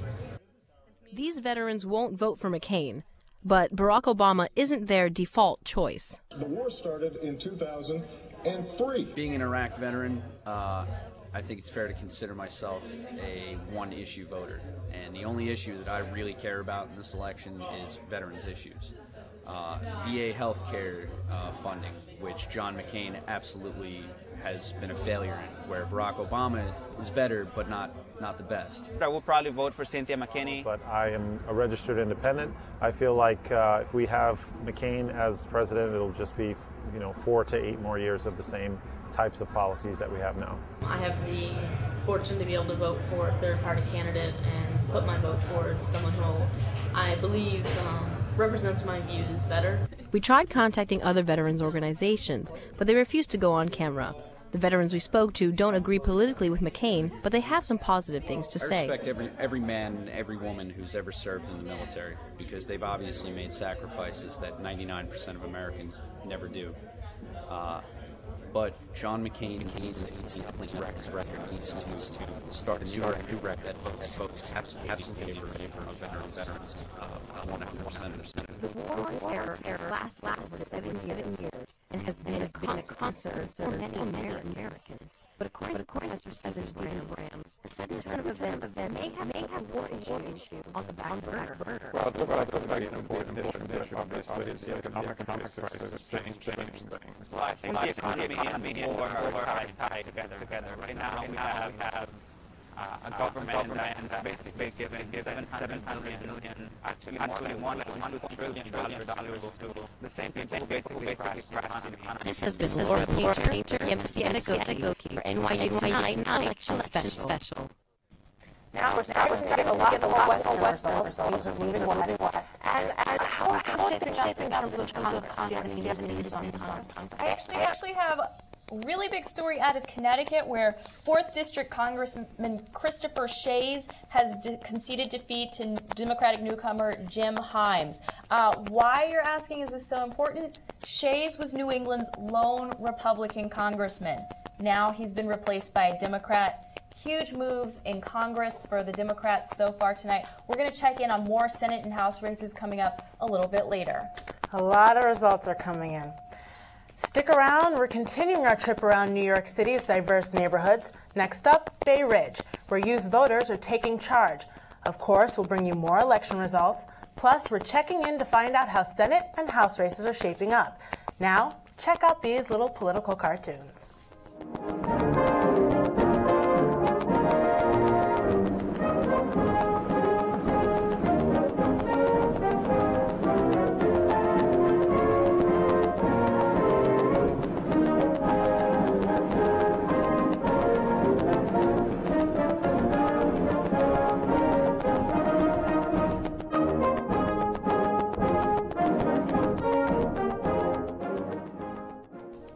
Welcome back. You're watching a special edition of NYU Tonight, Election 2008. Mariah, what do we have going on still? We've got a lot of results coming in so far, but no projected winner yet. So far, it looks like Barack Obama has 207 electoral votes to John McCain's 129. 270, of course, are needed to win. I'm going to run down the list for you just to get you updated on which states are going to who. So far, Barack Obama has Ohio, New Mexico, Connecticut, Delaware, Illinois, Maine, Maryland, Massachusetts, New Hampshire, New Jersey, Pennsylvania, a big one, Washington, D.C., Michigan, Minnesota, New Mexico, New York, Rhode Island, Wisconsin, and Iowa. That one just came in a few minutes ago, and we told you about that. So far, John McCain has Georgia, Kentucky, South Carolina, West Virginia, Alabama, Oklahoma, Tennessee, Utah, Arkansas, North Dakota, Kansas, Louisiana, and Texas, again for a total of 129 electoral votes. We're going to update you as soon as more results come in. Now, we're going to check out the Senate and House races again. Nicole Keller and Brett Shagru are here to tell us more about what's going on in Congress. Thanks, Mariah. These Senate results are courtesy of CNN. The Democrats now have the majority with 52 senators. 51 were needed to gain control. The Republicans have 36. Seats still up for grab are 13 out of the 35 seats from this election. So far, the Democrats have 13 seats. Arkansas, Delaware, Illinois, and Massachusetts, all as we said before. And a new one is Michigan, which was a solid Democratic, and Carl Levin won that one. New Hampshire and New Jersey as before as well. And New Mexico is still predicted, but there's only about 20% of the votes in. So Thomas Udall is still predicted to win, but there's still more votes coming in. North Carolina again won. Rhode Island is a new one, solid Democrat. Incumbent Jack Reed won. In South Dakota, another solid Democrat state, incumbent Tim Johnson won. And then as before, Virginia and West Virginia also won. On the Republican side, we've got 10 holding the Senate seats so far. Alabama as before. Kentucky is a solid Republican state, and incumbent Pat Roberts won. Kansas. In Kentucky, incumbent Mitch McConnell won. It was a solid Republican area, but it was a tight race. McConnell is Senate Minority Leader, and he will keep that position. In Maine, it was as before, and Oklahoma, and in Mississippi, solid Republican, incumbent Tad Chakran. South Carolina and Tennessee as before, and in Wyoming, both incumbent senators, Michael Enzi and John Barrasso, won. And now let's go over to Brett Shagru, who will give us the results for the House. Thank you, Nicole. What an incredible night. Right now, CNN is projecting the Democrats with 129, and we have the Republicans with 80, with still 226 left to go. Right now in the 13th district, which has Staten Island, a small part of Brooklyn, the seat that used to be held by Vito Fossella, who resigned back in about May, Michael McCann has won with 54% of the vote. We go down to the North Carolina 8, a bit of a surprise. The incumbent Republican Robin Hayes has lost to Larry Kissel. We're still waiting for Alaska, for Don Young to come in. Don Young, who's been held that seat for the last 18 terms. Don Young still coming. We're still waiting for Michelle Bachmann. But it is amazing news, ladies, about New England no longer having a Republican congressman. Thank you, Nicole. Thank you, Brett. Now, this election is revolutionary, not just with who's running, but how they conducted their campaigns. Merritt Gurley and Ellie Park got to the bottom of how this year's election was fought on the internet. Is it the World Wide Web or the Wild Wild West? As the presidential candidates were fighting out their battles in swing states and on television, there was another war raging in the virtual world of the internet. They were everywhere. Online banner ads, from harmless sidebars on websites to pop-up screens, advertisements with one goal: to lure voters to the campaign website and have them vote or donate money. And none of this existed 4 years ago. Obama saying his own attacks. The newest innovation this year to get the message out there was to create short videos online that look similar to the ads on television. I'm John McCain, and I approve this message. But Dr. Patrick Egan says the internet was integrated into campaigning beyond blanketing banner ads.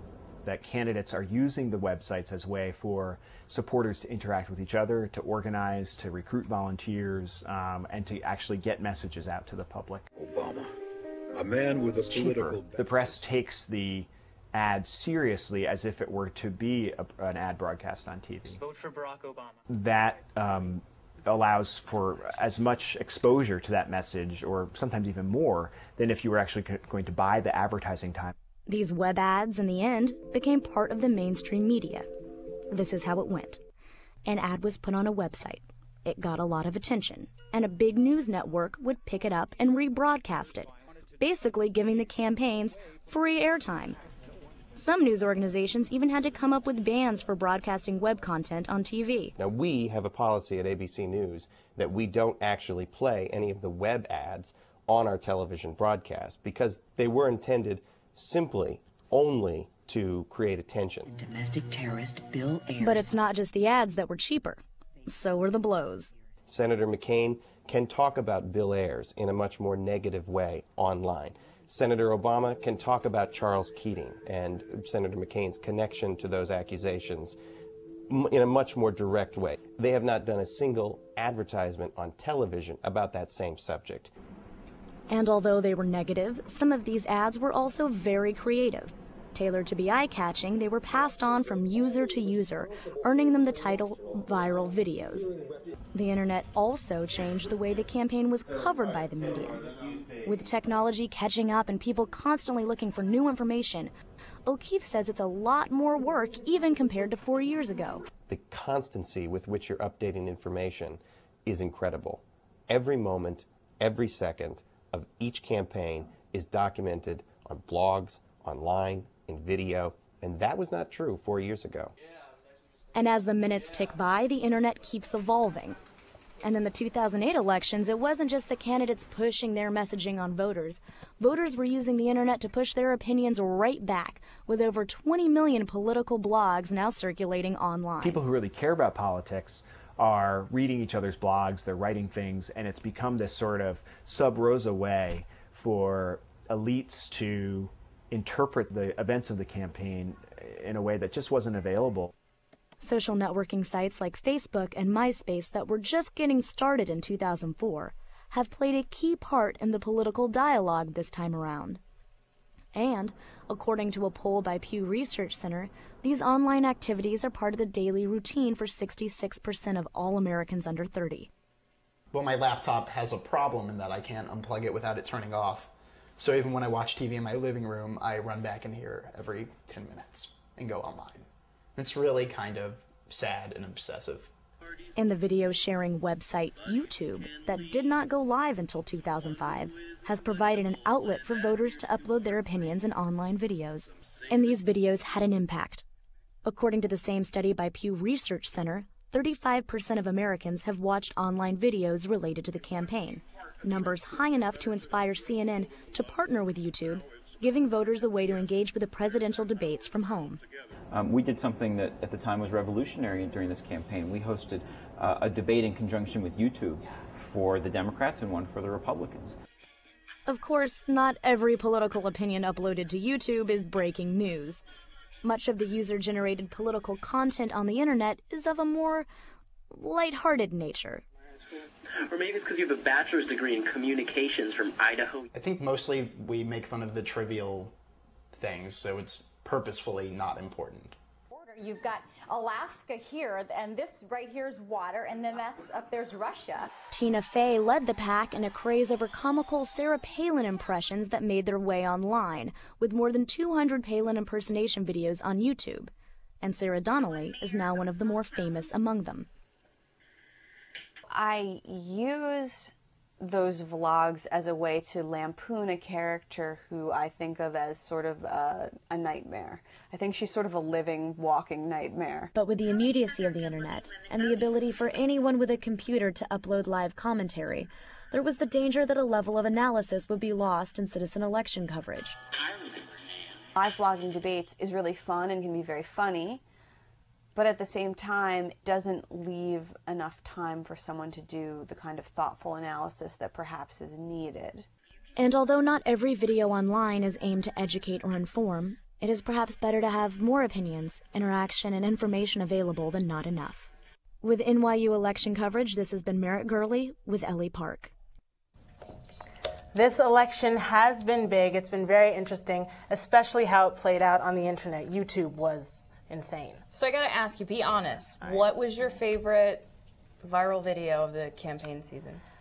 You know, I think I'd have to say all the SNL videos. I didn't really watch SNL before this. I'd kind of given up on it. But as soon as the election coverage started and they had stuff to make fun of, I was there. Nice. That was pretty good. This year's election has been big with the youth, and our next two stories will definitely touch on that. Students at Little Red Elizabeth Irwin High School in Manhattan got involved this year. Reporters Rachel Crane and Nina Melendez-Ibarra have the story. According to the 2006 U.S. Census, there are over 17 million high schoolers in America who can't vote. I think it's really ignorant for people if they can't vote. A lot of people say, oh, I can't vote, I don't care who wins. When in reality, in most people, 4 years from now, they will be able to vote. Students at Little Red Elizabeth Irwin High School have found creative ways to get involved with the help of their teachers. History and politics teacher Bill Bailey organized a mock presidential debate for the student body. Thank you. The American Government and Politics class welcomes you to a presentation on the presidential election of 2008. McCain was for the war since the beginning. Something that has also miserably failed is the war in Iraq. McCain, Iraq is the continuation of a war he has been fighting his entire life. Not to say, in effect, well, we have to wait till they're 18. We have to wait till they have the privileges in hand. No, one doesn't have to do that at all. You know, in some ways, I don't think you can ever start too soon. Their involvement extended beyond the walls of the school on the stage of their debate. The faculty wanted to get the students out of the classroom and into the field. 9 LREI students spent last Thursday canvassing for Barack Obama in Swing State, Pennsylvania, 6 days before today's election. They saw in a remarkably short time a real cross-section of American voters. We're campaigning for Obama. Okay. We have 8, though. Allowing them to understand a little better why it is that our nation is divided roughly 50-50. I just learned so much. It was really rewarding. And now I feel like I can actually say, this is his plan, like this is why it's going to work, and that's really, really special to me. Initially, kids were either badly informed or uninformed completely. But the thirst was there. With the current climate of the country, more than ever, students are invested in the outcome of this election. There's just a lot of hype about how the election is just going to bring so much change. And I think kids want to see change because this is the generation of war and now an economic crisis. Without a vote, but with a voice, students at LREI hope their efforts will make a difference at the polling stations today. This is Nina Melendez with Rachel Crane for NYU Tonight Election Special. It looks like the youth has been mobilized. Yet recently, young Arab Americans in Bay Ridge went from door to door, encouraging people to sign a pledge to vote this election. Yusra Al-Hakim reports. Jihad is 17 and can't vote, but he went door to door trying to talk to people about issues and candidates. My name is Julius Pisano. Are you registered to vote? Yes. If they agree to talk, they sign the pledge to vote today, November 4th. Jihad is part of the Immigrant Voter Power campaign sponsored by the Arab American Association. The goal is to get the Arab American citizens in Bay Ridge out to vote. But we want to be able to say, see, the money that you gave us and the people that we invested in and sent out on the streets were able to bring 3,000 more voters into this election. Do you believe in that? Check off, yeah. Do you want more information about the campaign? I know a lot about the campaign. Do you want us to give you more information? No, you don't have to. Okay. I'm up on it every single night. More information about If the people don't agree to talk, he leaves a number and an email address. Bay Ridge is a mixed neighborhood where Arab Muslim Americans are the majority. The mosque on Fifth Avenue also serves as a community center. I think the focus of the community has always been and continues to be foreign policy issues. We're very concerned about what this government wants to implement in our home countries, because a lot of us that live here, and I think a majority of the community are new immigrants, some of them been here for 15 years or less, have extended family, mothers, fathers, brothers, sisters, cousins that still live in their home country. So we are a community that has a lot of ties to what goes on back home. But on the street, they were thinking about only one thing. Generally, it's the economy. The economy, as everybody knows, it's really bad, and that did affect our business over here as well, which it's been really, really slow in the past year. We live in the United States, and so we are affected by the economic more than anything else. I lost a lot of my clients because they went out of businesses, and that's a problem. Disappointed by the economic crisis and the government's policies, the majority in Bay Ridge said they would vote for Barack Obama. I'm a registered Republican. Unfortunately, I'm dissatisfied with the Republican Act right now because of what they are doing in terms of what happened in Iraq, what happened in the Middle East. Most probably I'll be voting Democrat.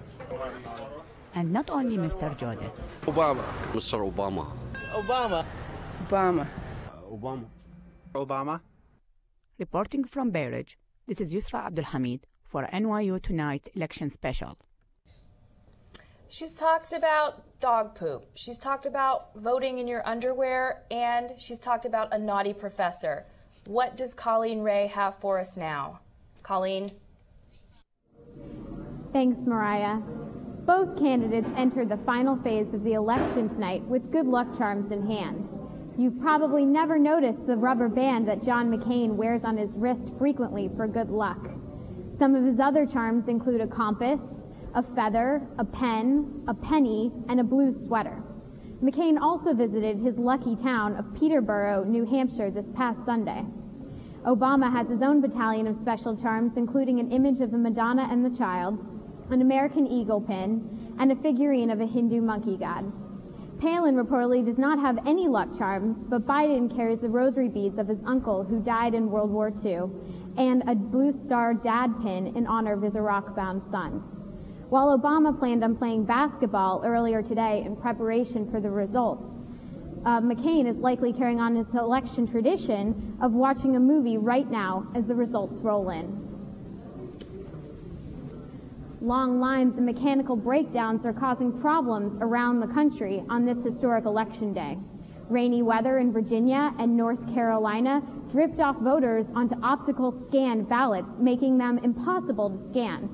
Ballots will have to dry before being able to be scanned, which means longer processing time for election officials. In Ohio, some voters reported not receiving the page to vote for president. And in Florida, voting machines were rejecting incomplete ballots where voters had intended to abstain from the races they left blank.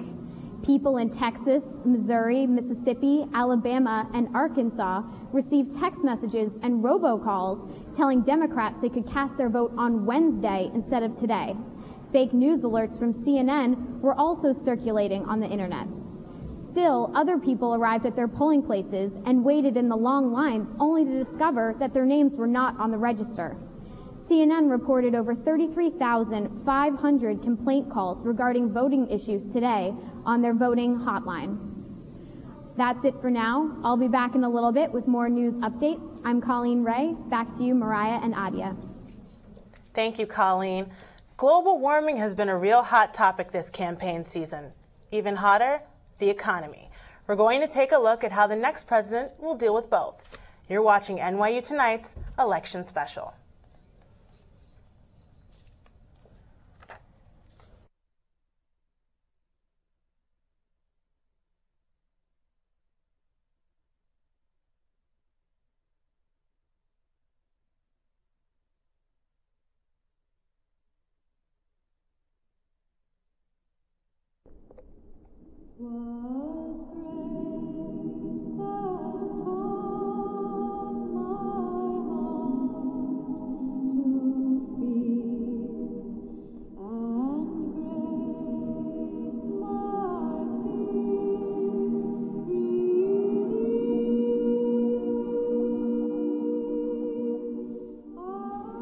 It's Election Day, and you're watching a special edition of NYU Tonight, Election 2008.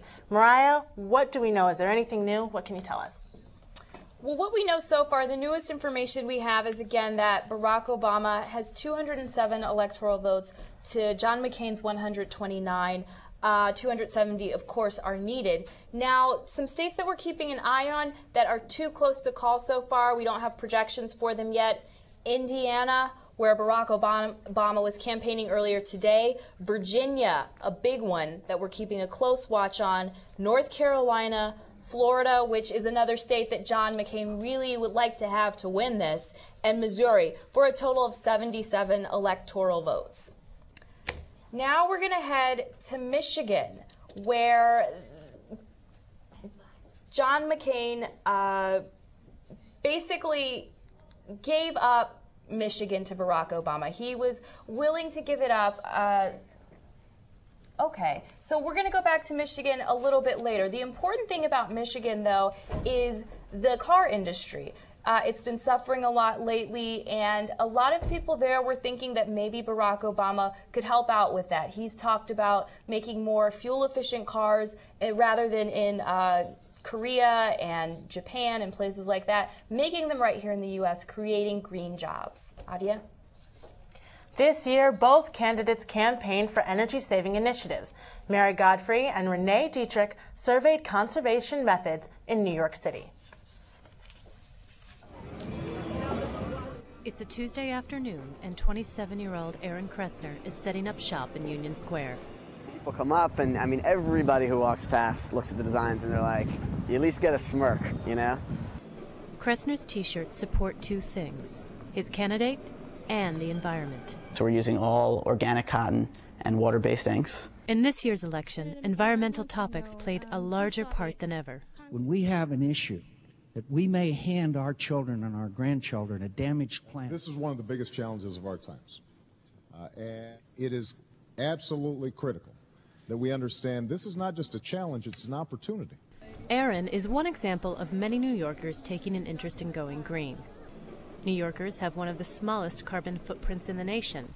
It emits just 1/3 the amount of pollution as most other cities. For some, it's everyday things like riding a bike, buying organic products, and using less plastic. For others, it means larger scale projects. In the West Village, a residence is installing a geothermal heating system. And while it looks like a mess right now, When completed, the unit will be up to 70% more efficient than standard heating. And experts project homeowners can expect a savings of over $20,000 over 4 years. And along New York City's rooftops, solar panels are dotting the horizon. Recent legislation allows New Yorkers to not only reduce electricity, but also their property taxes. Homeowners and co-ops alike are now allowed a tax credit up to $5,000.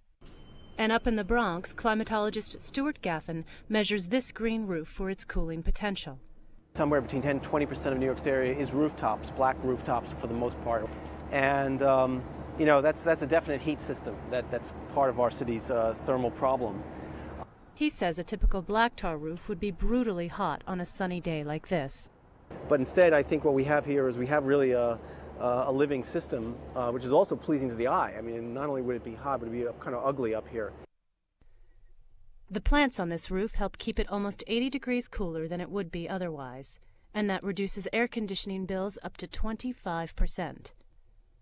It's a trend grassroots organizations like the Sustainable South Bronx are trying out for themselves.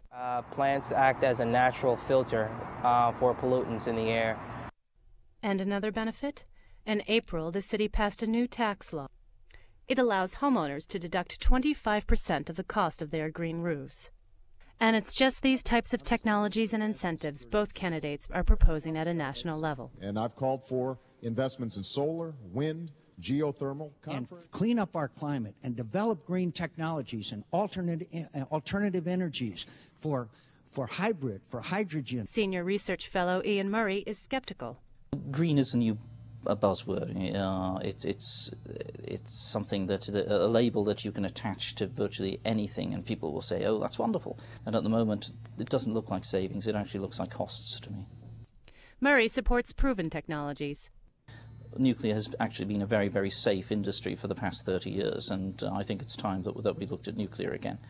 Whatever happens tonight, these New Yorkers are hoping the next president will support their efforts for a greener future. Like, if you really want to see change in the environment, you really want to see change in this country, start doing things different. This is Mary Godfrey and Renee Diedrich for NYU Tonight's Election Special.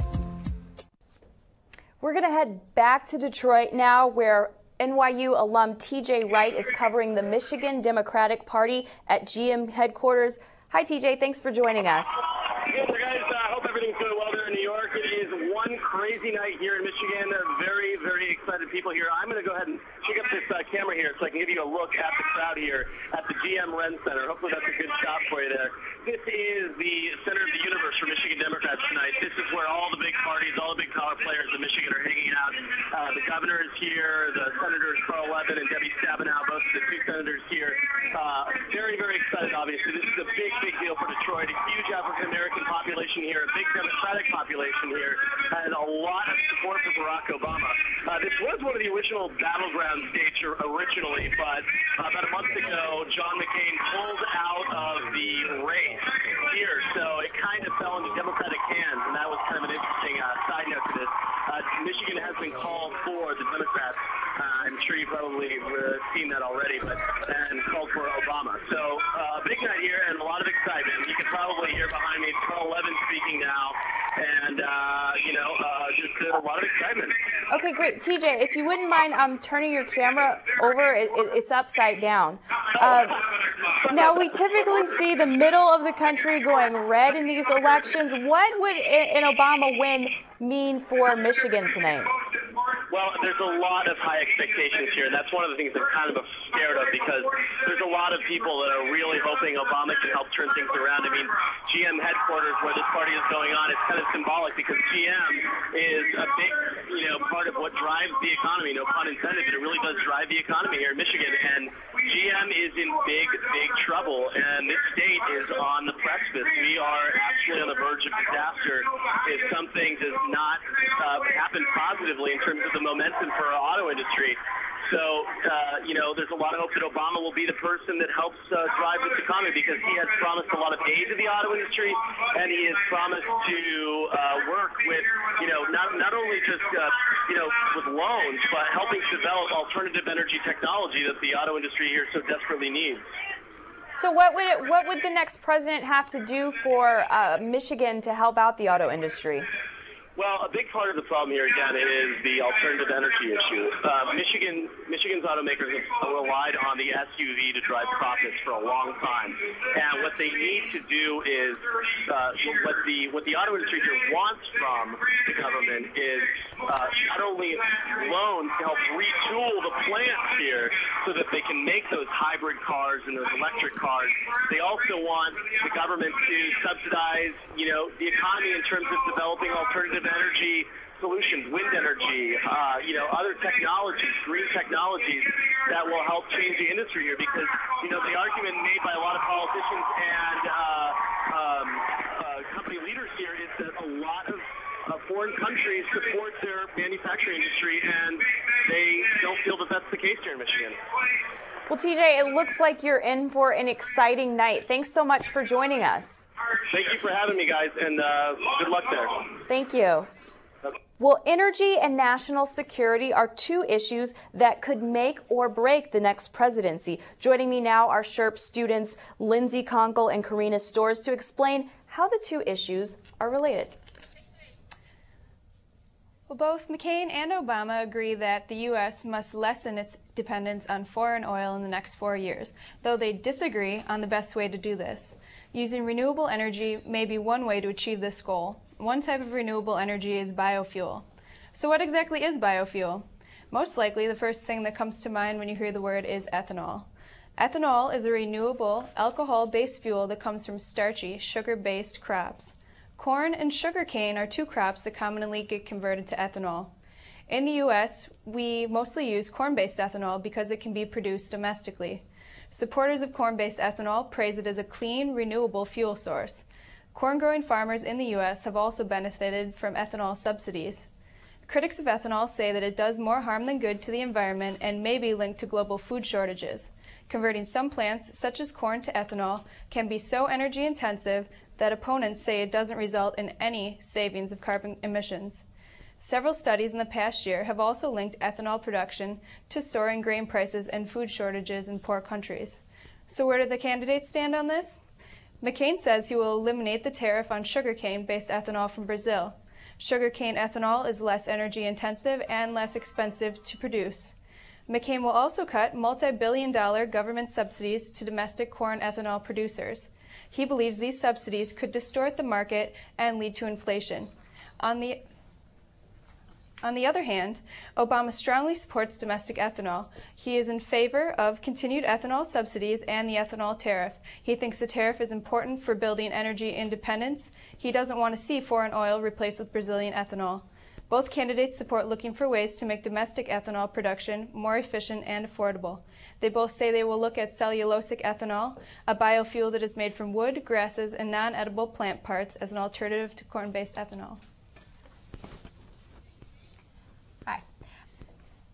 Clean coal technology promises a way to make peace between two groups at odds, energy and the environment. The United States depends on coal for over 50% of its electricity. We're the largest consumer of coal in the world after China. The dirty truth about coal is that its combustion is responsible for about 20% of carbon dioxide emissions, the largest greenhouse gas. Both Obama and McCain are behind clean coal technology. While McCain supports clean coal technology, his emphasis on nuclear reactors has trumped clean coal technology on the campaign trail. Obama pointed out in the last of 3 presidential debates that clean coal technology is one of the issues that made him vote across the aisle in the Senate. The thrust of his clean coal policy is to see 5 never-before-built clean coal plants in the U.S. So what changes are the candidates referring to when they promote clean coal technology?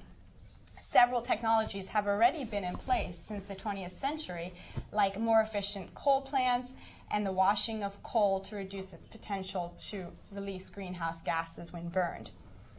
Currently, clean coal technology refers to the capture and storage of carbon dioxide. The process can be thought of in 3 not-so-simple steps: the trapping, transportation, and storage of carbon dioxide.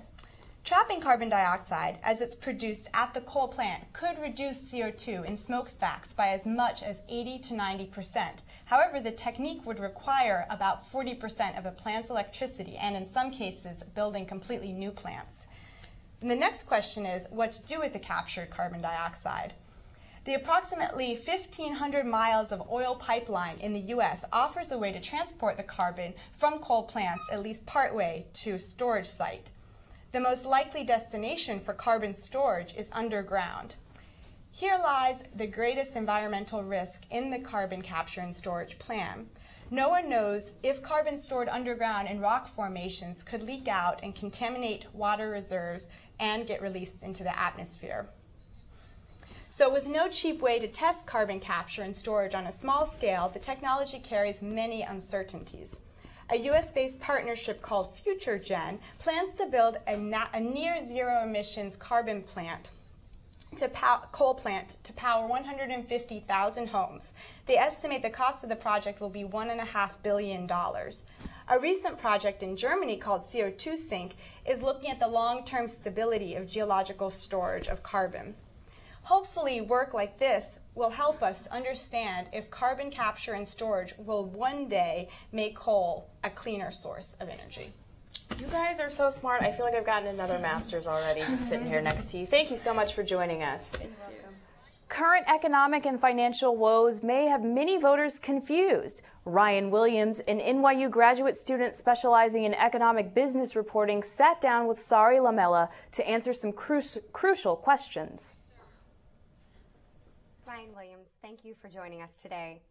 We all know that the economy has been struggling significantly over the past few months with the $700 billion bailout, with house foreclosures and failing financial institutions.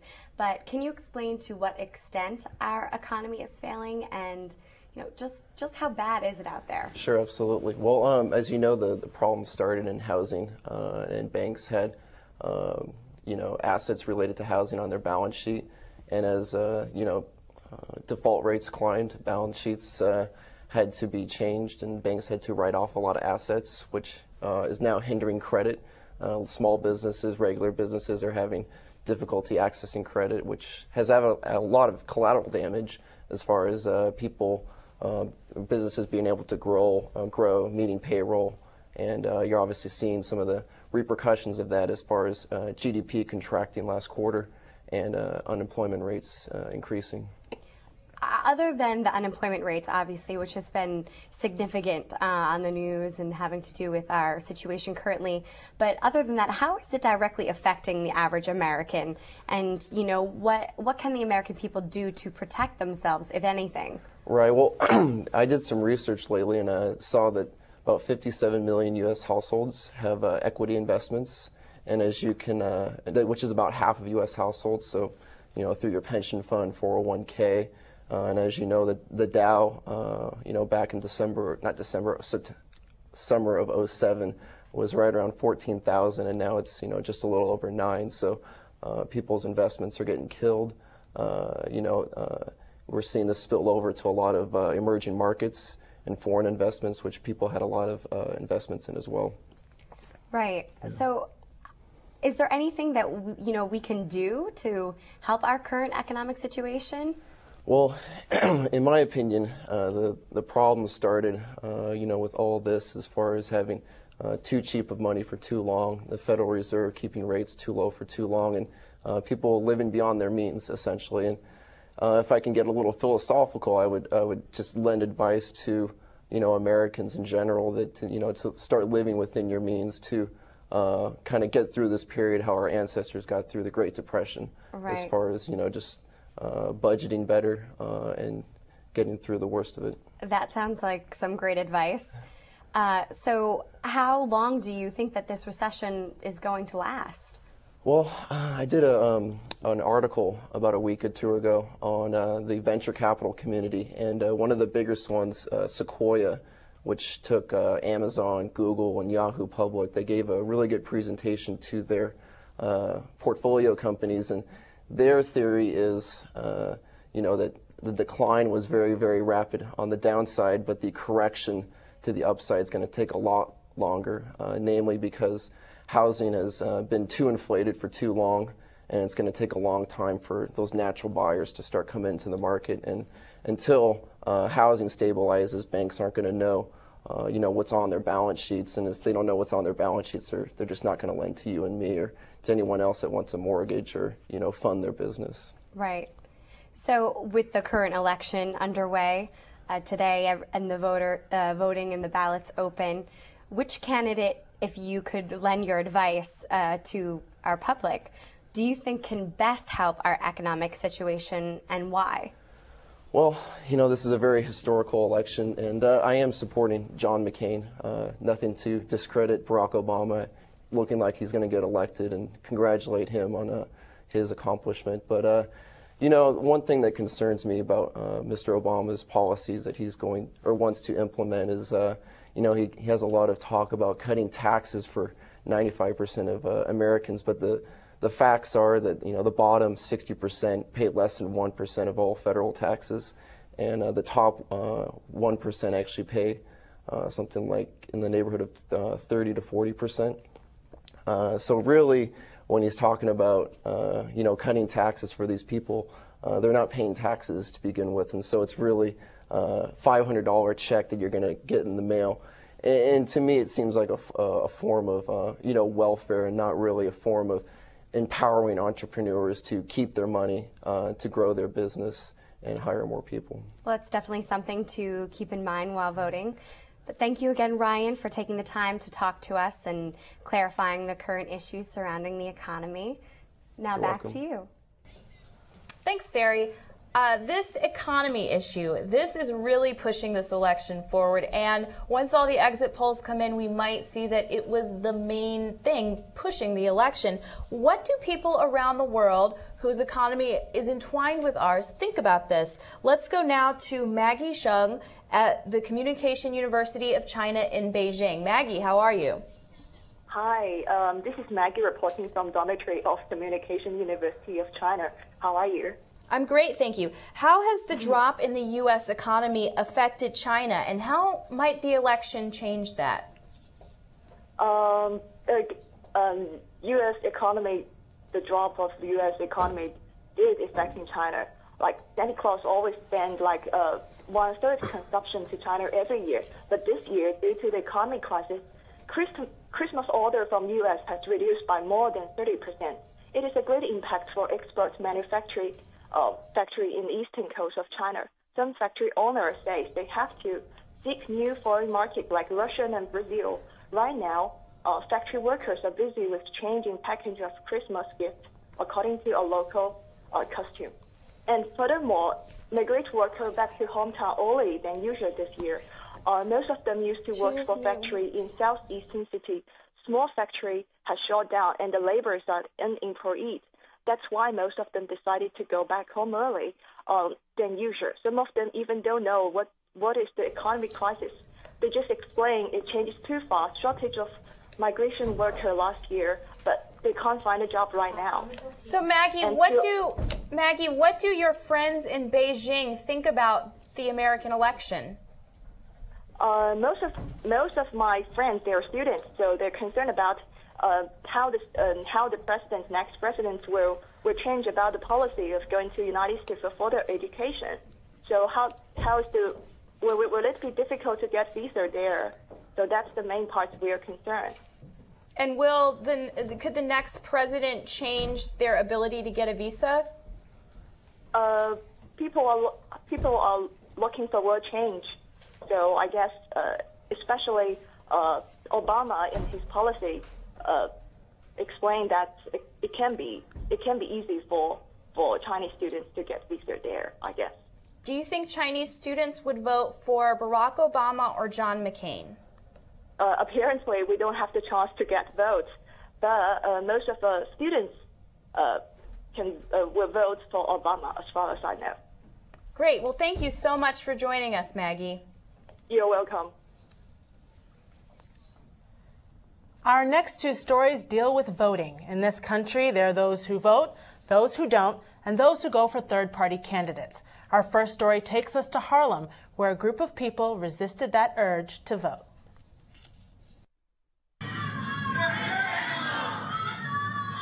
An East Harlem grassroots organization, Movement for Justice in El Barrio, is made up of immigrants and lower-income people, disillusioned with Republicans, Democrats, and the entire political system. Their rejection of the system comes from frustration with local government. Políticos locales aquí como la concejal Melissa Marco Iberitos está apoyando estos proyectos de rezonificación que son los que están haciendo o causando el desplazamiento de las familias de bajos recursos. What brings these people together is their fight against abusive landlords who push out low-income tenants to make room for the wealthy.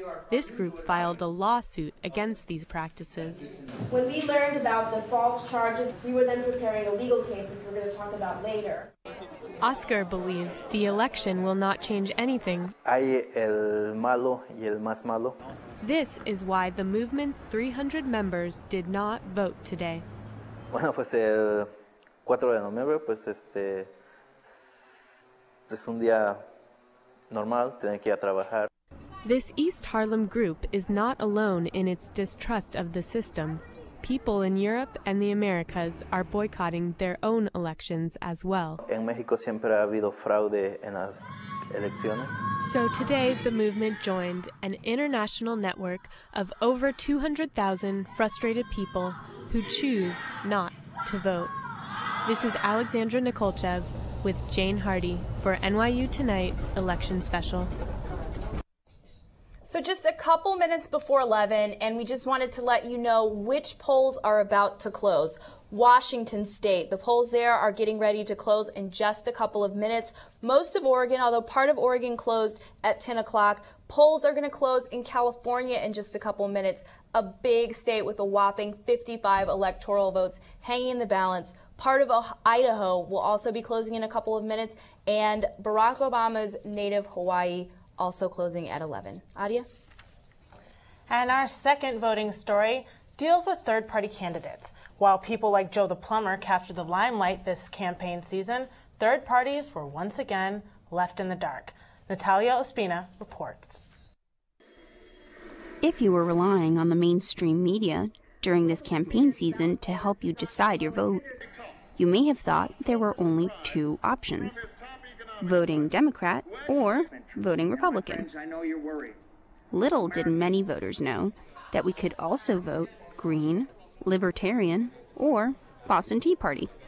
The mainstream corporate media in this country focuses overwhelmingly on things that that have to do with the Democratic Party and the Republican Party and not much else. Third parties like the Socialist Workers rarely have the opportunity to reach wider audiences besides those who already seek them out. Even a third-party debate that was scheduled for October 19th was canceled. But even voters who know of them don't seem to know much about them. It's not as popular to have discussions about third-party candidates. A lot of my political discussions are with people in my social group, and they're often related with events on mainstream media. This invisibility really weighs them down come time to get on state ballots. Many states require expensive ballot fees and extensive voter petitions, for which smaller parties just don't have the means. And we think it's very important that the Socialist Workers Party is on the ballot in 10 states. We would be on the ballot in more states if it wasn't for very restrictive election laws. It makes it very difficult for parties like ours to get on the ballot. It's a vicious cycle. Exclusion from the ballot leads to exclusion from the mainstream, which weakens future chances of being on the ballot. It's not that they don't exist and haven't had a significant impact. It's that I think the voting system, the nature of our democracy, cuts them out. Reporting from New York City, this is Natalia Ospina. Coming up, we've got some very important results to give you and a great interview. As a matter of fact, let's give them to people right now. This is huge. Virginia has gone to Barack Obama. Virginia, a huge state. The pundits were saying if McCain did not win Virginia, he would have a very difficult time getting to that magical 270 number. So far, John McCain has 138 electoral votes. Barack Obama has 220. He's got 50 left to go to get to that 270 number. And we're going to keep updating you as soon as more election results come in. And the thing with Virginia is it hasn't gone blue since 1964 with LBJ. So this is pretty big. What's happening in the state is Northern Virginia is taking over. It's become very Democratic over the past few years. And in the 2004 election, it was too close to call for a really long time. So this is a trend that's been happening for a while. Coming up, we'll get an interview with Harry Reid. You're watching NYU Tonight's Election Special.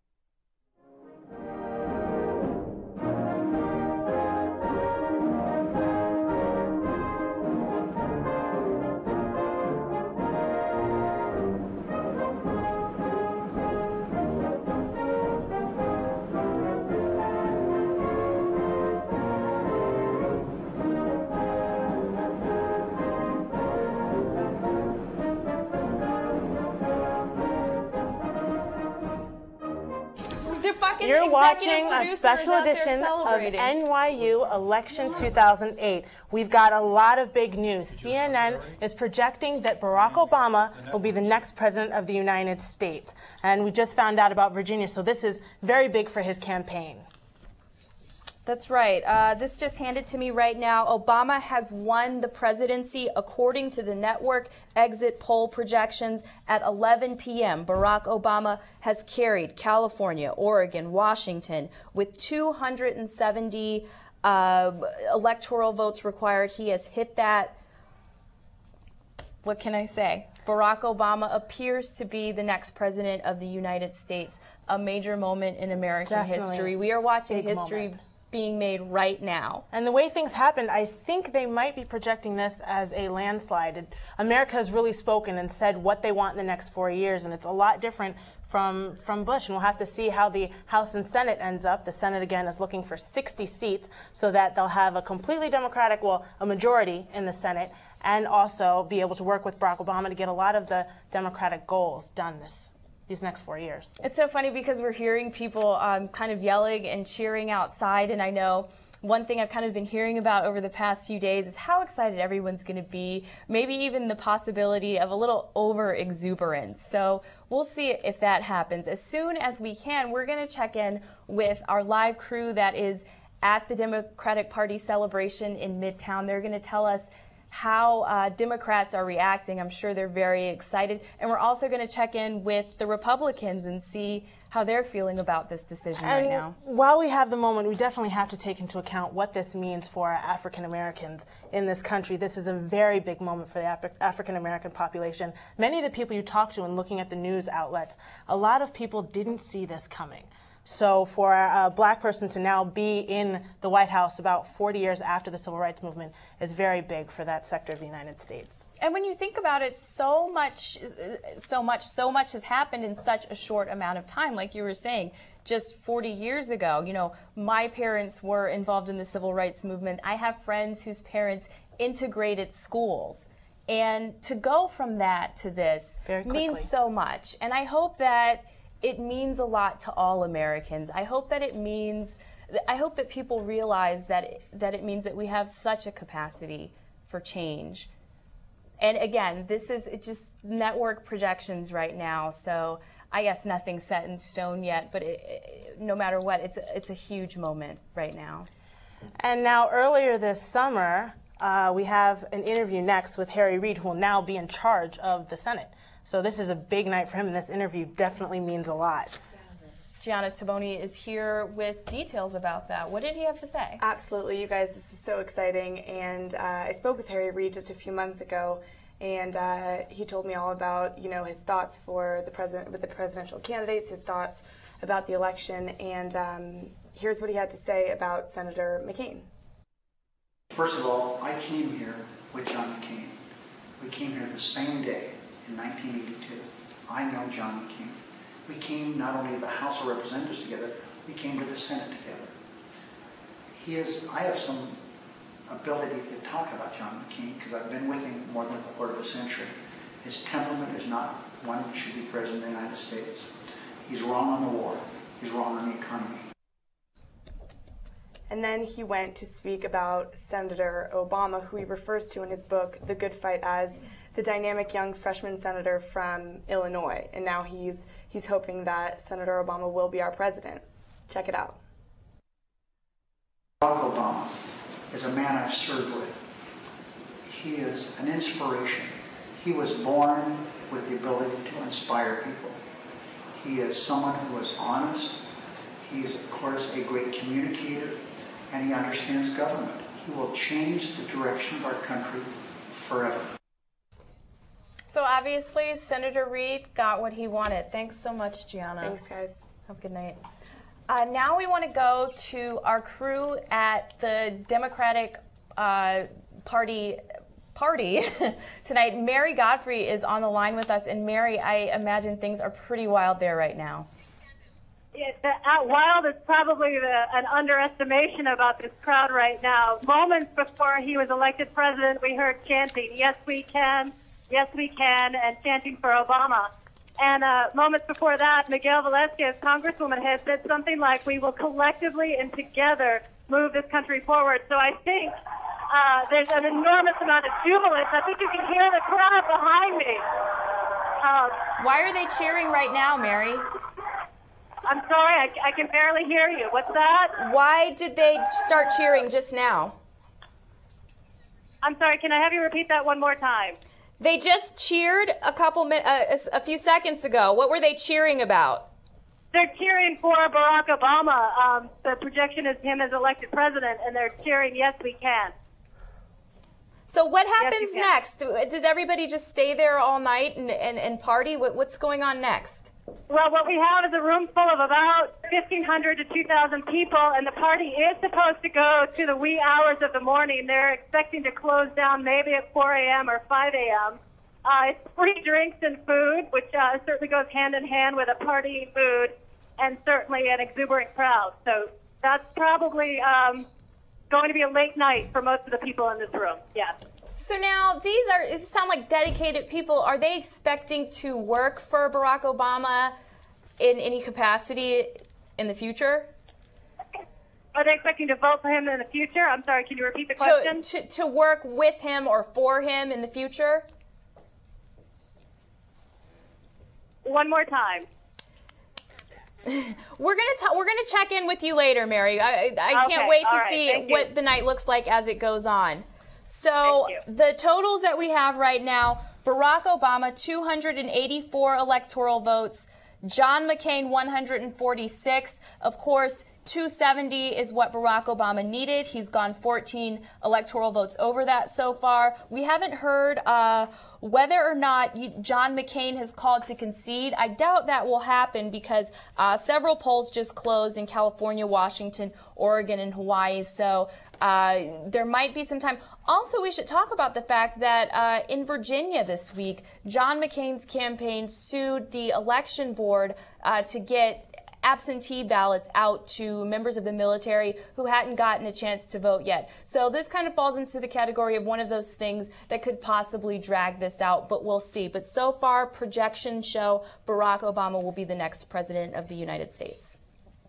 So a big night for Barack Obama, big night for the Democratic Party. Again, we want to get some House and Senate results if we can and see what that says about how these next 4 years will really shape up.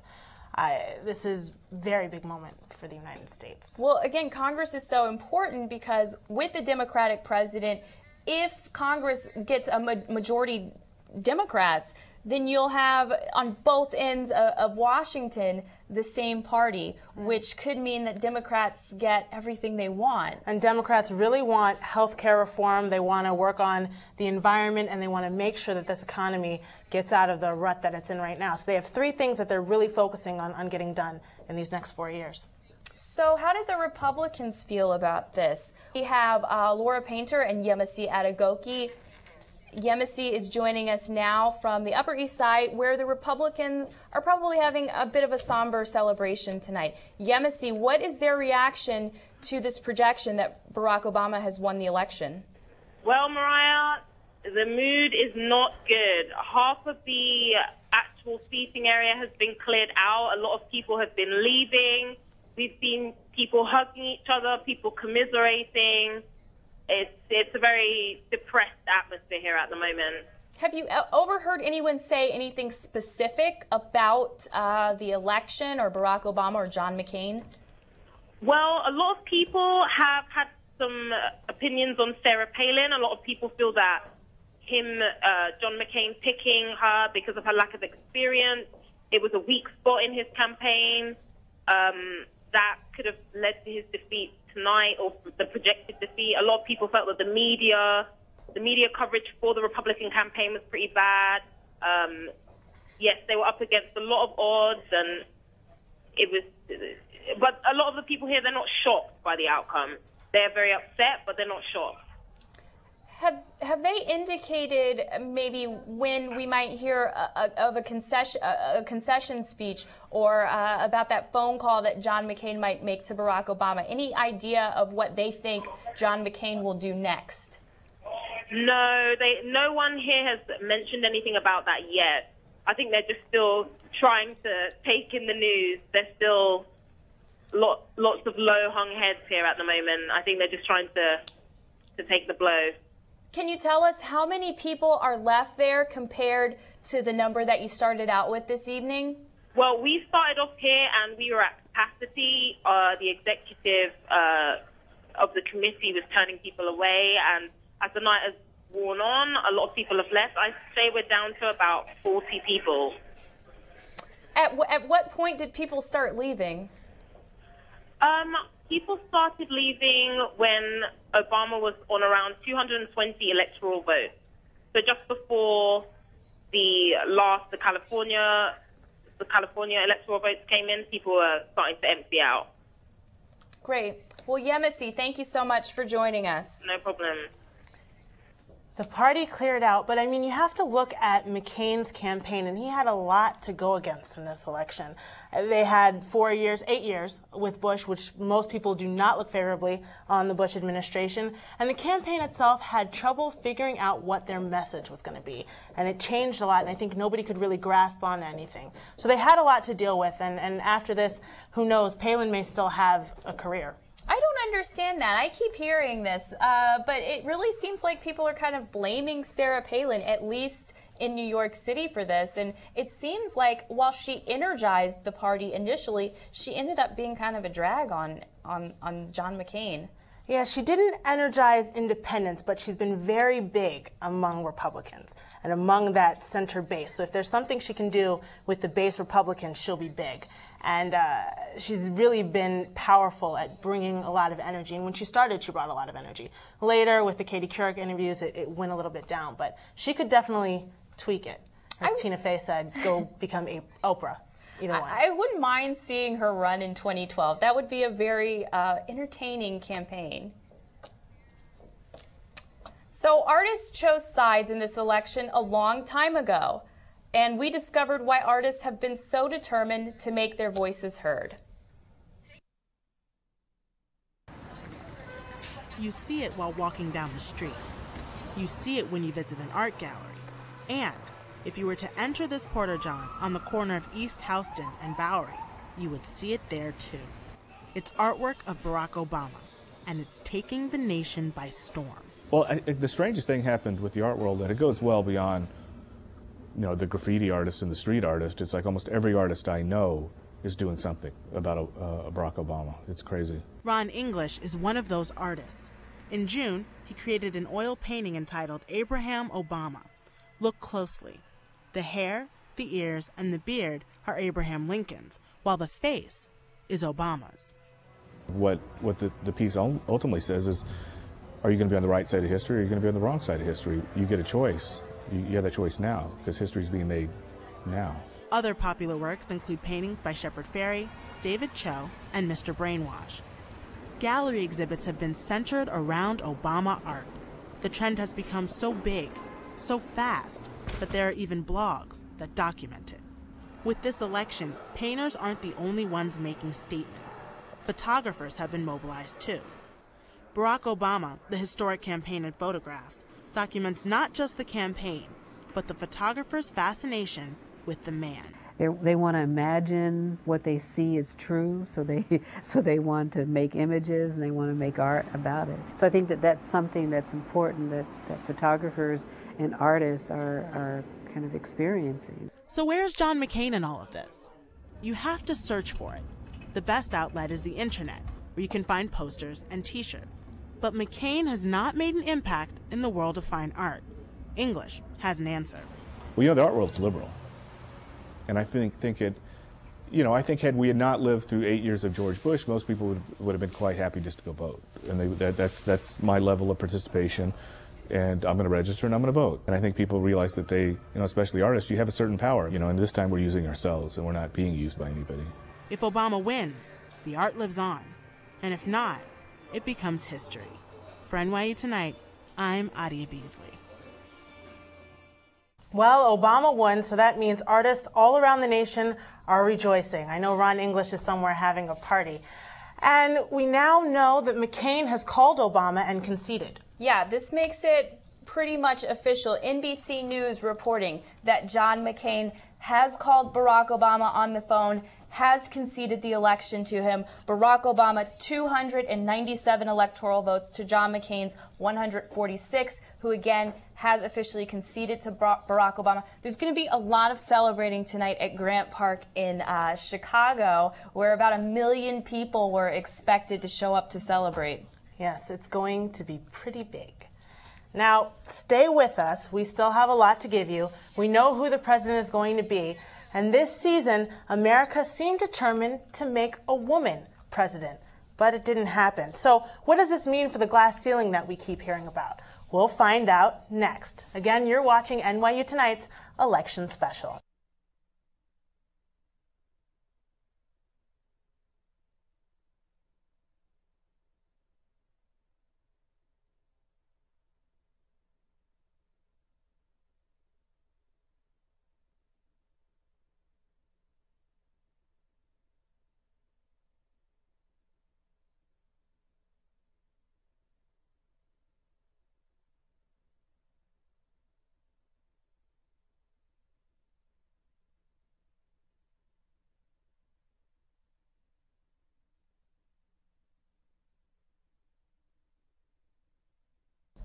And welcome back to NYU Tonight's special election edition.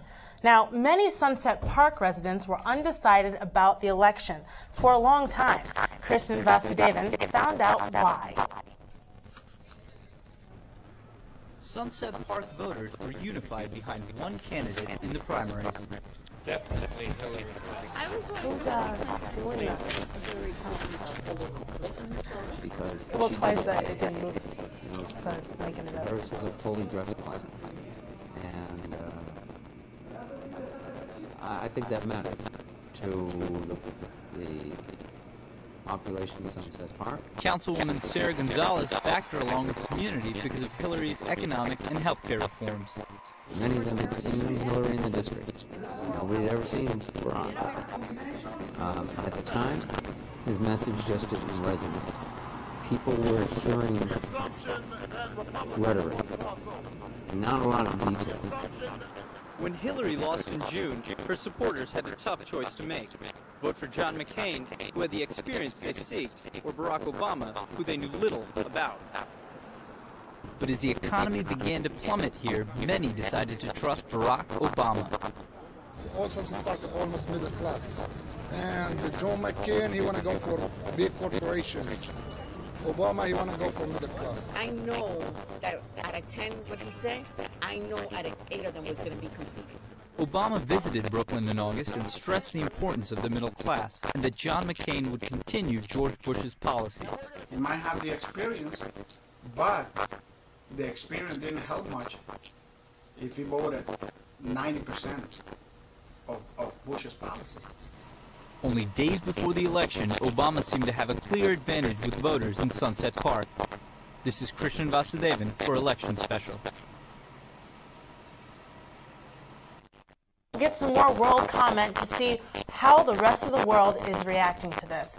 Pauline, what's going on? Okay, so French people might be really happy looking at the current results. According to a poll for the French American Foundation, 80% of French would prefer Barack Obama be elected, while John McCain has convinced only 8%. In partnership with the French Committee of Support for Barack Obama, French and European citizens joined with Americans and other nationalities last night on the Esplanade of Trocadero to release a barrage of red, white, and blue balloons to show their support of Obama. Hundreds of thousands of Parisians also prepared to party through the night to watch the outcome of an election, which will have an impact far beyond America's shores. So, among the festivities planned in Paris, a Goodbye George party to bid farewell to Bush is organized tonight, so they'll be partying all the night. And now you're watching the release of the balloons, like I said, at Esplanade of Trocadero. It was last night with very hoping French people. And it's just an example of a real Obama maniac, which is taking over the French as they wait the election outcome with bated breath. Well, tomorrow it's going to be very, very interesting to see how all these foreign newspapers react and what their headlines are going to be. 4 years ago, they were pretty funny, so we'll see what tomorrow will be like. Sure. Thank you. Now, if Sarah Palin had been elected Vice President of the United States, she had pledged to offer parents with special needs children a lot of assistance. Caitlin Brown and Misha Wagner spoke with moms about what they would want her to do for them.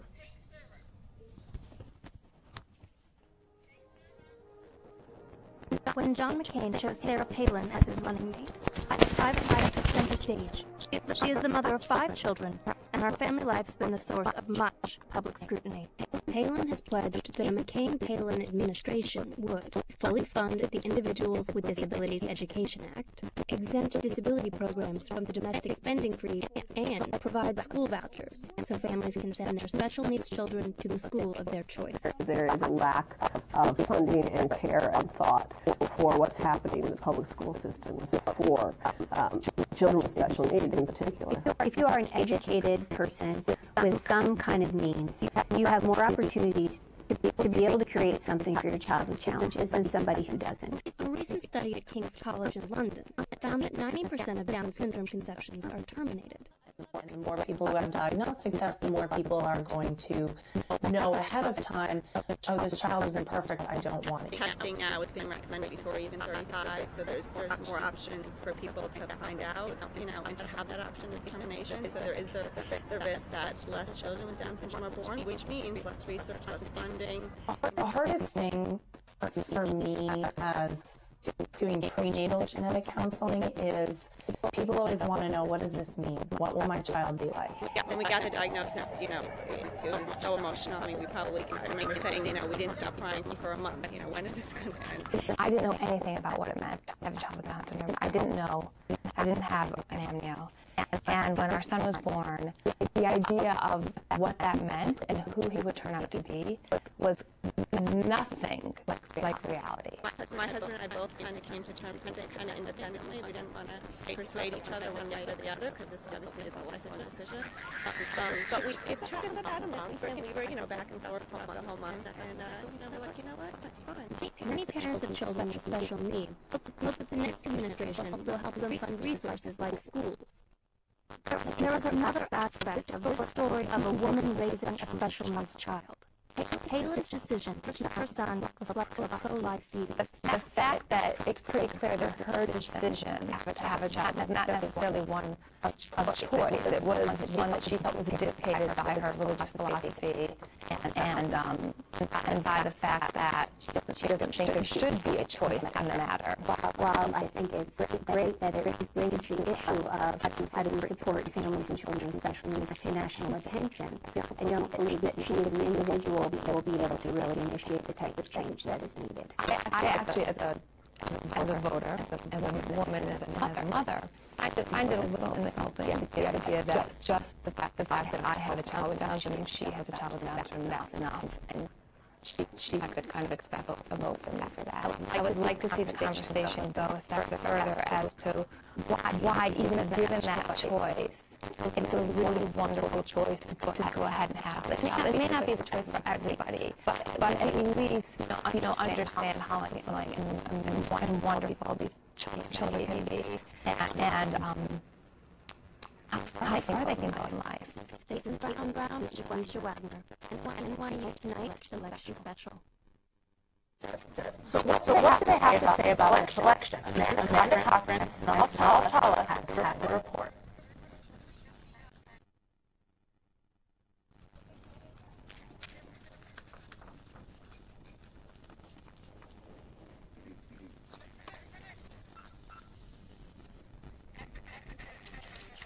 Actually, now we're going to go to Africa and see what they have to say about Obama being elected the next president of the United States. Ben Kanaya has been following the race from Nairobi University. Ben, what do you think of the results of this election? Obama has won. Hi, Ben. What do you think of Obama has won?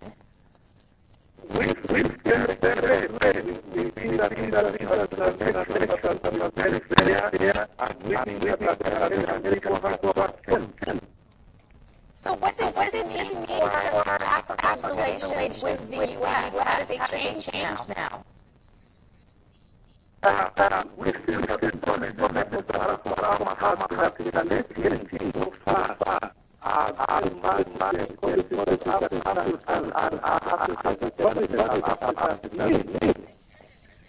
What does this mean for young people in Nairobi?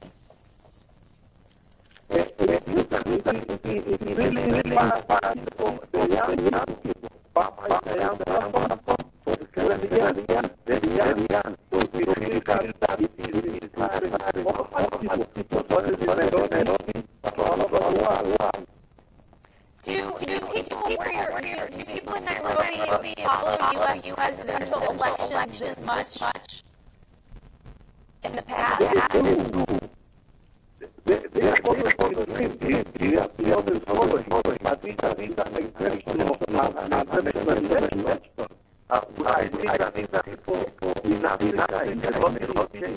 and all over the African continent are closely follow this one more closely than any other American election. You said it was exceptional. How do you mean? I mean it has been exceptional because, as you all know and everybody knows, this is the first African American to go for the highest office in America. He's the first person to be been elected by a major or a major party to contest the presidency.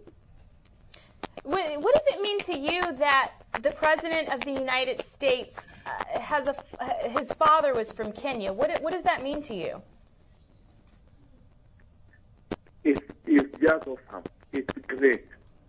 To have a president who have roots here in Kenya is just great. We hope that the relationship and the policies between the American government and Kenya will continue. I know that this has been very awesome over the years, but it's just great to have a president who have roots here in Kenya. Ben, thank you so much for joining us tonight. We really appreciate it. Coming up next, we're going to talk with Colleen Ray, who's got more updates on what's going on outside the studio here. Colleen? Thanks, Mariah. As we told you earlier, Obama is now the president, and you can see behind me that McCain has just given his concession speech.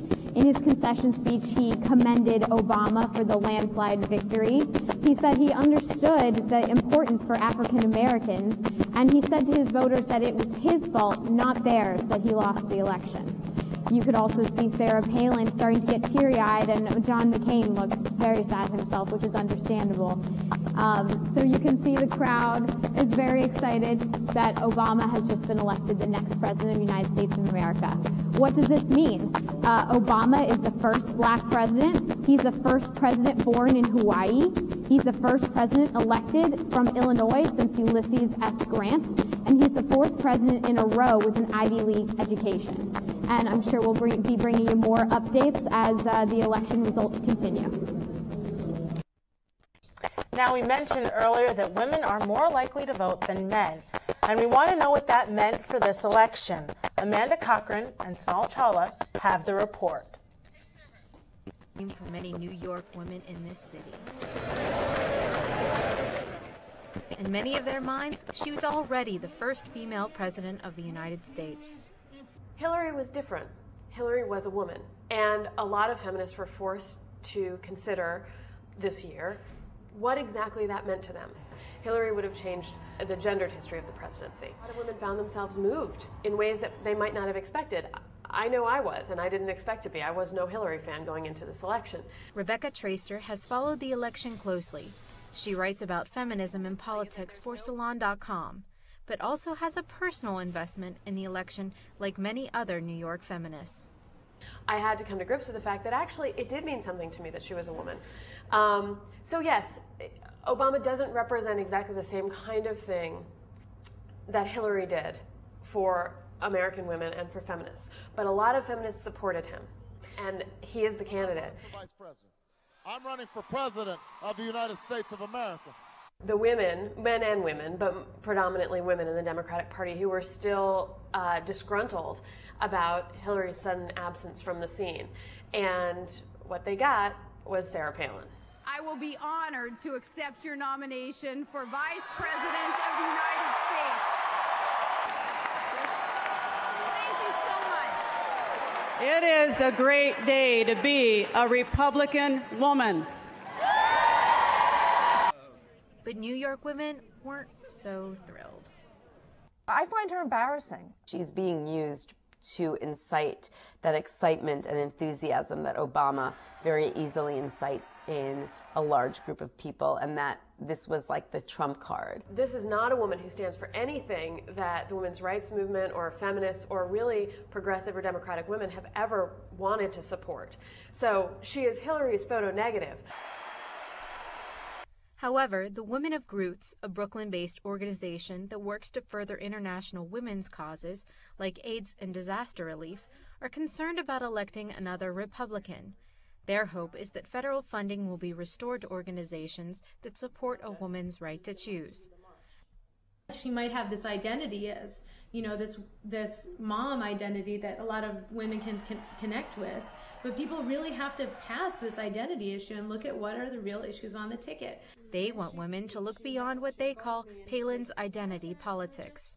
She's exploiting her family and the fact that she has a Down syndrome child, because I think we have to move on, because, you know, if she'll be elected, she has to be elected because she's capable. And Elizabeth Holtzman, a 4-time former congresswoman, has also questioned Palin's ability to govern the country. That you can just put a pretty face up, and that's of a woman, and that's going to be what people will vote for, is really insulting to all women, because you need to have a candidate who's qualified, and with all due respect to Sarah Palin, I don't think she's qualified for this job. And one of the president's jobs is to appoint Supreme Court justices. And one of the main feminist concerns is maintaining the woman's right to choose. In the next 4 years, and certainly in the next 8 years, there are going to be any number of justices who are going to be retiring from the court. I think there's little doubt that if John McCain and Sarah Palin were in power, the justices that they nominated to the court would be justices who are interested in overturning Roe v. Wade. And for Holtzman, legal abortion options are essential, particularly in New York. I know many of the people who are looking at this program have no idea in their own history of anything like what the situation existed in New York City when abortion was illegal. It's huge. It was, women were dying because they were trying to self-abort, or they went to shyster doctors who had no credentials, who were performing botched abortions on them. They became sterile, they lost their lives. That was what's involved.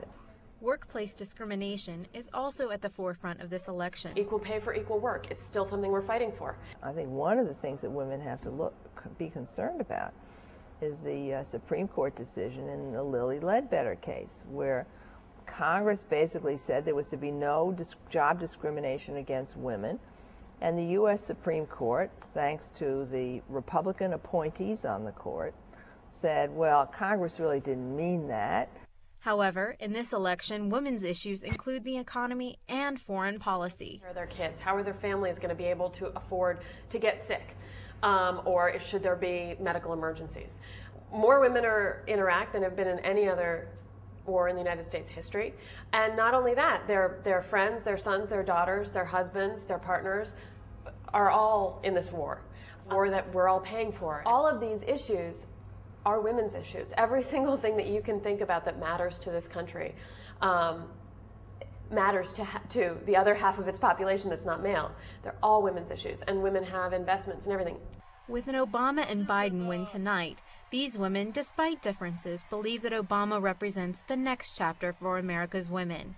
Even if Obama doesn't do everything that I want, and I'm sure that he won't, I'm going to wake up, and if, knock on wood, he is elected, I'm going to breathe. I'm going to be able to breathe the next day, and I'm going to say, all right, you know what? This guy might not do everything I agree with, but he's also going to listen. Obama, in fact, has a terrific record on women's rights. He really does. He is going to be good for women in the White House. He's going to be good for women as far as his judicial appointments. He's going to be good for legislating for women. There's, I don't think, really been any question about that. And though a woman didn't make it into office this year, New York women do see that this election has broken new ground for women. We have, I think, been deeply changed by this election cycle, thanks to both Hillary and, more unfortunately, by Sarah Palin. I don't believe that Palin represents progress for women, but there is something that we can take away from this to say, well, at least our vocabularies have expanded. At least we've now seen a vice presidential debate that ends with a woman putting an infant on her shoulder. Many people now are much more accepting of the idea that a woman can be in the highest office in this country. And I think maybe the most important impact is on young women who can see themselves running for higher office someday. This is Amanda Cochran with Sonal Chawla for NYU Tonight's Election Special. So the presidential election may have been called, but we've still got some updates coming in for you. We know that President Bush has called Barack Obama to congratulate him on his win, and subsequently, spontaneous celebration has broken out outside the White House. Which isn't very unusual for D.C., seeing as how it's 90% Democratic, so they probably were already out there. We also know that John McCain again called. We've gotten more information about that, about his concession speech after his call. People are saying that John McCain was composed, although his audience booed, of course, and then he recognized the historical significance of this race. So a lot going on around the country here. Definitely. And now we want to check in and see how those House races and Senate races are shaping up, because that'll say a lot for how Barack Obama will handle these next 4 years. For that, we have Colleen Keller and Brett Shagru. Thanks, Sadia. The Democrats, as I said before, have the majority, but they now have 54 senators total, and only 51 were needed to gain control. And Republicans now have 38. There are 8 seats left out of 35. So the Democrats won 15 tonight, and some of the newly updated ones are Iowa. Incumbent Tom Harkin got the Democratic seat again, and he's been there since 1985. Louisiana, which we've mentioned before, but it's gotten even tighter. But it's still leaning Democrat. Incumbent Mary Landrieu won, but narrowly. In Montana, incumbent Max Baucus won. For the Republicans, they have 11 senators elected so far. In Nebraska, Mike Jones.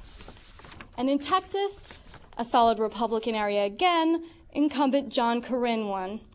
And the states that are still too close to call include Georgia, Colorado, Louisiana, the 2nd District in Mississippi, because they have 2 Senate races going on right now, and Minnesota. Minnesota is neck and neck with Franken with the narrowest of leads right now. It's literally in the 1 percentile, and they've got about 75% of votes in already. And now let's go over to Brett Shagru, who'll be giving us the results for the House. Thank you, Nicole. The House Democrats are absolutely just slaughtering the Republicans right now. They outspent the Republicans by $43 million. One of those districts, the Colorado 4th, Republican incumbent Marilyn Musgrave is down 20%, 60-40. In Minnesota, the Minnesota 6, where Michelle Bachmann was guaranteed to win until a few weeks ago in her appearance on Hardball, she's up only 4 points right now, 47-33. There is a Democratic loss for an incumbent, one of the rare ones tonight. The Texas House 22nd District, Incumbent Nick Lampson, who won the seat from Tom DeLay after he resigned, he's lost 52 to 46%. But two first-time Democrats who thought to be vulnerable were reelected. John Yarmuth of Kentucky and Brad Ellsworth of Indiana also won their bid for reelection. In Michigan 9th, we have Joel Nolenberg, the incumbent Republican, losing to Gary Peters by 8%. Ladies, 40-plus years after the Civil Rights Act, Obama's given an even larger plurality in the House. Back to you. Television, print, and the internet. Most voters used a combination of all three to stay informed this campaign season, but were they getting what they needed out of any of those sources? I went behind the scenes to see how coverage decisions were made and to find out if the medium does make the difference. Obama. John McCain. For CNN, coverage of the 2008 presidential election was 4 years in the making. At the helm was Sam Feist, CNN's political director. So we started our planning literally the week after Election Day in 2004. We knew that in 2008, we were going to have no incumbent president and no incumbent vice president running for president. And that was the first time since 1952 that this had happened. Let's go to Colorado. Organizing all those resources and filling 24 hours of airtime a day might sound like a nearly impossible mission. But Feist says the nature of this election made the job a bit easier. We've had far more campaign events and much more material than we could have even used to fill up our 24 hours of television news time. Dozens of reporters were all filing for CNN on television, but they were also filing for CNN.com and CNNpolitics.com. So our deployment of resources made an enormous difference with our success on television, but also our success online. Comedy programs might not be on the big guy's radar when it comes to direct competition, but they do draw a big audience. Nearly 1.5 million people check out The Daily Show with Jon Stewart every night on Comedy Central. Almost half of all television viewers in their 20s say they watch regularly. And the show has so much influence, presidential candidate Barack Obama appeared on it less than a week before Election Day. I mean, I think that there's a certain segment of hardcore Sean Hannity fans that probably wouldn't want to go have a beer with me. There's no doubt about that. This year, a third of voters got their election news from daily papers. That's down almost 10% from 8 years ago, and it's why newspapers really wanted to flex their muscles when it came to campaign coverage. AM New York, a free daily paper that reaches more than 300,000 people, has come up with some unique ways to keep their readers interested. It's a very quick read, and so you have to make it interesting from the very start, or else people won't pay attention. When people pick up the newspaper in the morning, they're not like, oh, I saw that last night, that was on the news. Emily Ngo admits that AM New York has a slightly liberal slant, but says as editor for the political and national sections, she makes efforts to ensure all bases are covered, using bloggers to get a wider variety of opinions in the paper. We've chosen 10 readers of different political parties, and they blog, and then we'll take what they write and print it in the paper, but make sure that there's a voice from each side. This campaign season, voters found a ton of info online. There may have been too much. To keep it all straight and accurate, NYU professor Jay Rosen says participation is key. The blogging system is an open system, and a news organization like CNN is a closed system. And closed systems have controls. That's what they're good at. And open systems are based on the diversity and participation. The systems collided during the campaign when false reports about Barack Obama started on the internet and then went mainstream. The rumor that Obama went to a radical Muslim school called a madrasa began on the website of Insight magazine. Then Fox News picked up the story. According to Sam Feist at CNN, his organization held off on reporting the story until they could get a reporter to check out the school in Indonesia. It was not a madrasa. It was not a school for fundamentalists. It was not a Muslim school. It was basically what we would think of as a public school. We were able to quickly debunk a story that was flying around the internet and flying around the news media. Getting it right is really important. And that was a story that we got right, and frankly, our competitors got wrong. It's because of false reports that Professor Rosen says online consumers have a responsibility too. Maybe not believing something that you hear the first time and waiting to see if it checks out. I think that's a reasonable expectation to have of information users. While most people might say the longest presidential campaign in history has left them overwhelmed with information, some of it might have come in handy for the estimated 5% of voters who were still undecided just days before the election. For NYU Tonight's election special, I'm Mariah Craven. So the latest numbers are in. Barack Obama, 338 electoral votes. More than double what John McCain has, 156. Those are the latest numbers as of 11:45 p.m. Let's check in with Renee Dietrich, who is at the Democratic headquarters party where, Renee, what's going on? These people are still celebrating? Wow, Mariah. I mean, they've been celebrating like they had the victory most of the night anyhow. When they announced President-elect Obama had taken this race, people burst into tears. People were dancing in groups, screaming at the top of their lungs. Like I can barely describe the amount of emotion and jubilance going on in this room.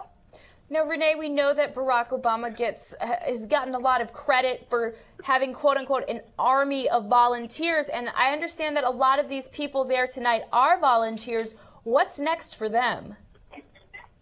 You know, it's amazing the lengths that so many of these Obama supporters have gone to see him elected. I was talking to a couple that they took their 3 kids across the country to every speech that Barack or Michelle Obama gave over the last year. That much support has gone into this campaign. So, Renee, what's next on the party schedule, I guess, for tonight? Well, you know, right now we're waiting to hear from Obama in Chicago, but actually, it's really interesting because so many people here are talking about what's next, about tomorrow. I mean, that's a resounding theme. I don't know if you can see behind me. There's people are so excited. Wow. Anyhow, so everybody is. They're excited about tomorrow. One gentleman said it's not about tonight. It's about what we're going to do tomorrow. It's about starting fresh. It's about restoring our country. And that's what people are really excited about. You're right, about tomorrow. All right. Well, Renee, thank you so much for joining us throughout the evening. That looks like a pretty amazing party you're at. I just got some new numbers in. We told you about the electoral vote. Barack Obama, 338, John McCain, 156. Now we're looking at the popular vote. It went 51% so far to Barack Obama, 48% to John McCain. Additional states that Obama has won: Florida, Colorado, and Nevada. That's pretty huge. Those are states with really significant Latino populations, and we were talking about earlier this big shift and how that could possibly affect future elections. But 46,870,000 votes so far for Barack Obama, 43,539,000 for McCain. A lot of people voted today. Adia? Now, the possibility of the first African-American president profoundly affected voters in the South Bronx. Sharon Shattuck and Michelle De La Torre report. I'm 39. 42. 16. Late 40s. 20 years old. 40-ish. Old enough. In the South Bronx, a few days before the election, people of all ages had the same candidate in mind. I want Obama to win. Obama. Obama. Go Obama. Barack Hussein Obama could be president. It almost means the sky's the limit. Dr. Mark Nason is a professor of African and African American Studies at Fordham University in the Bronx. My nickname is Notorious PhD. 2, 4, 6, 8. Dr. Nason believes that Barack Obama's historic campaign has had a major impact on the Bronx community. There's opportunity for you, if you're talented and hardworking and lucky. It's kind of reinforces the American dream. We never had a black president before. It's going to be like the impossible is completed. That's something that definitely makes you feel as if, anything is possible. A lot of young people never voted. Now they're voting because they see a change. They could one day see themselves in this man's place, and it has given hope. People say that's corny, but hope is never corny. Though many people were excited about the election, some were also worried. I think it's a mingled, caution with excitement. People feel this is still a pretty racist country. So a black president with a racist country is a prescription for continuing tension. To tell you the truth, he's going to be a puppet. Just like what happened to Kennedy, might happen to him, you know it. But some people in the Bronx don't see ethnicity as an issue.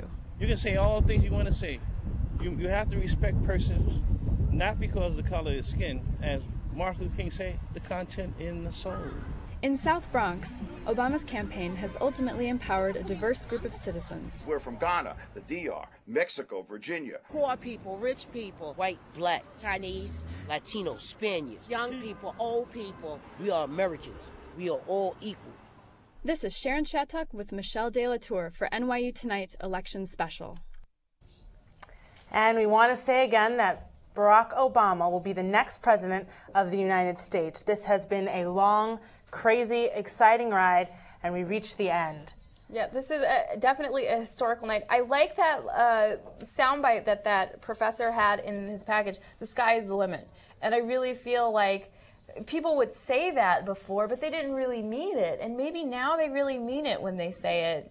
And maybe now they really believe that the sky is the limit. Or when people tell their kids, you can be anything, you can be president. I don't know that people believed that before always. I don't think they did, but now they can. They might, yeah. Definitely. Pretty amazing. History has been made. It was going to be made no matter what, but it definitely has been like never before.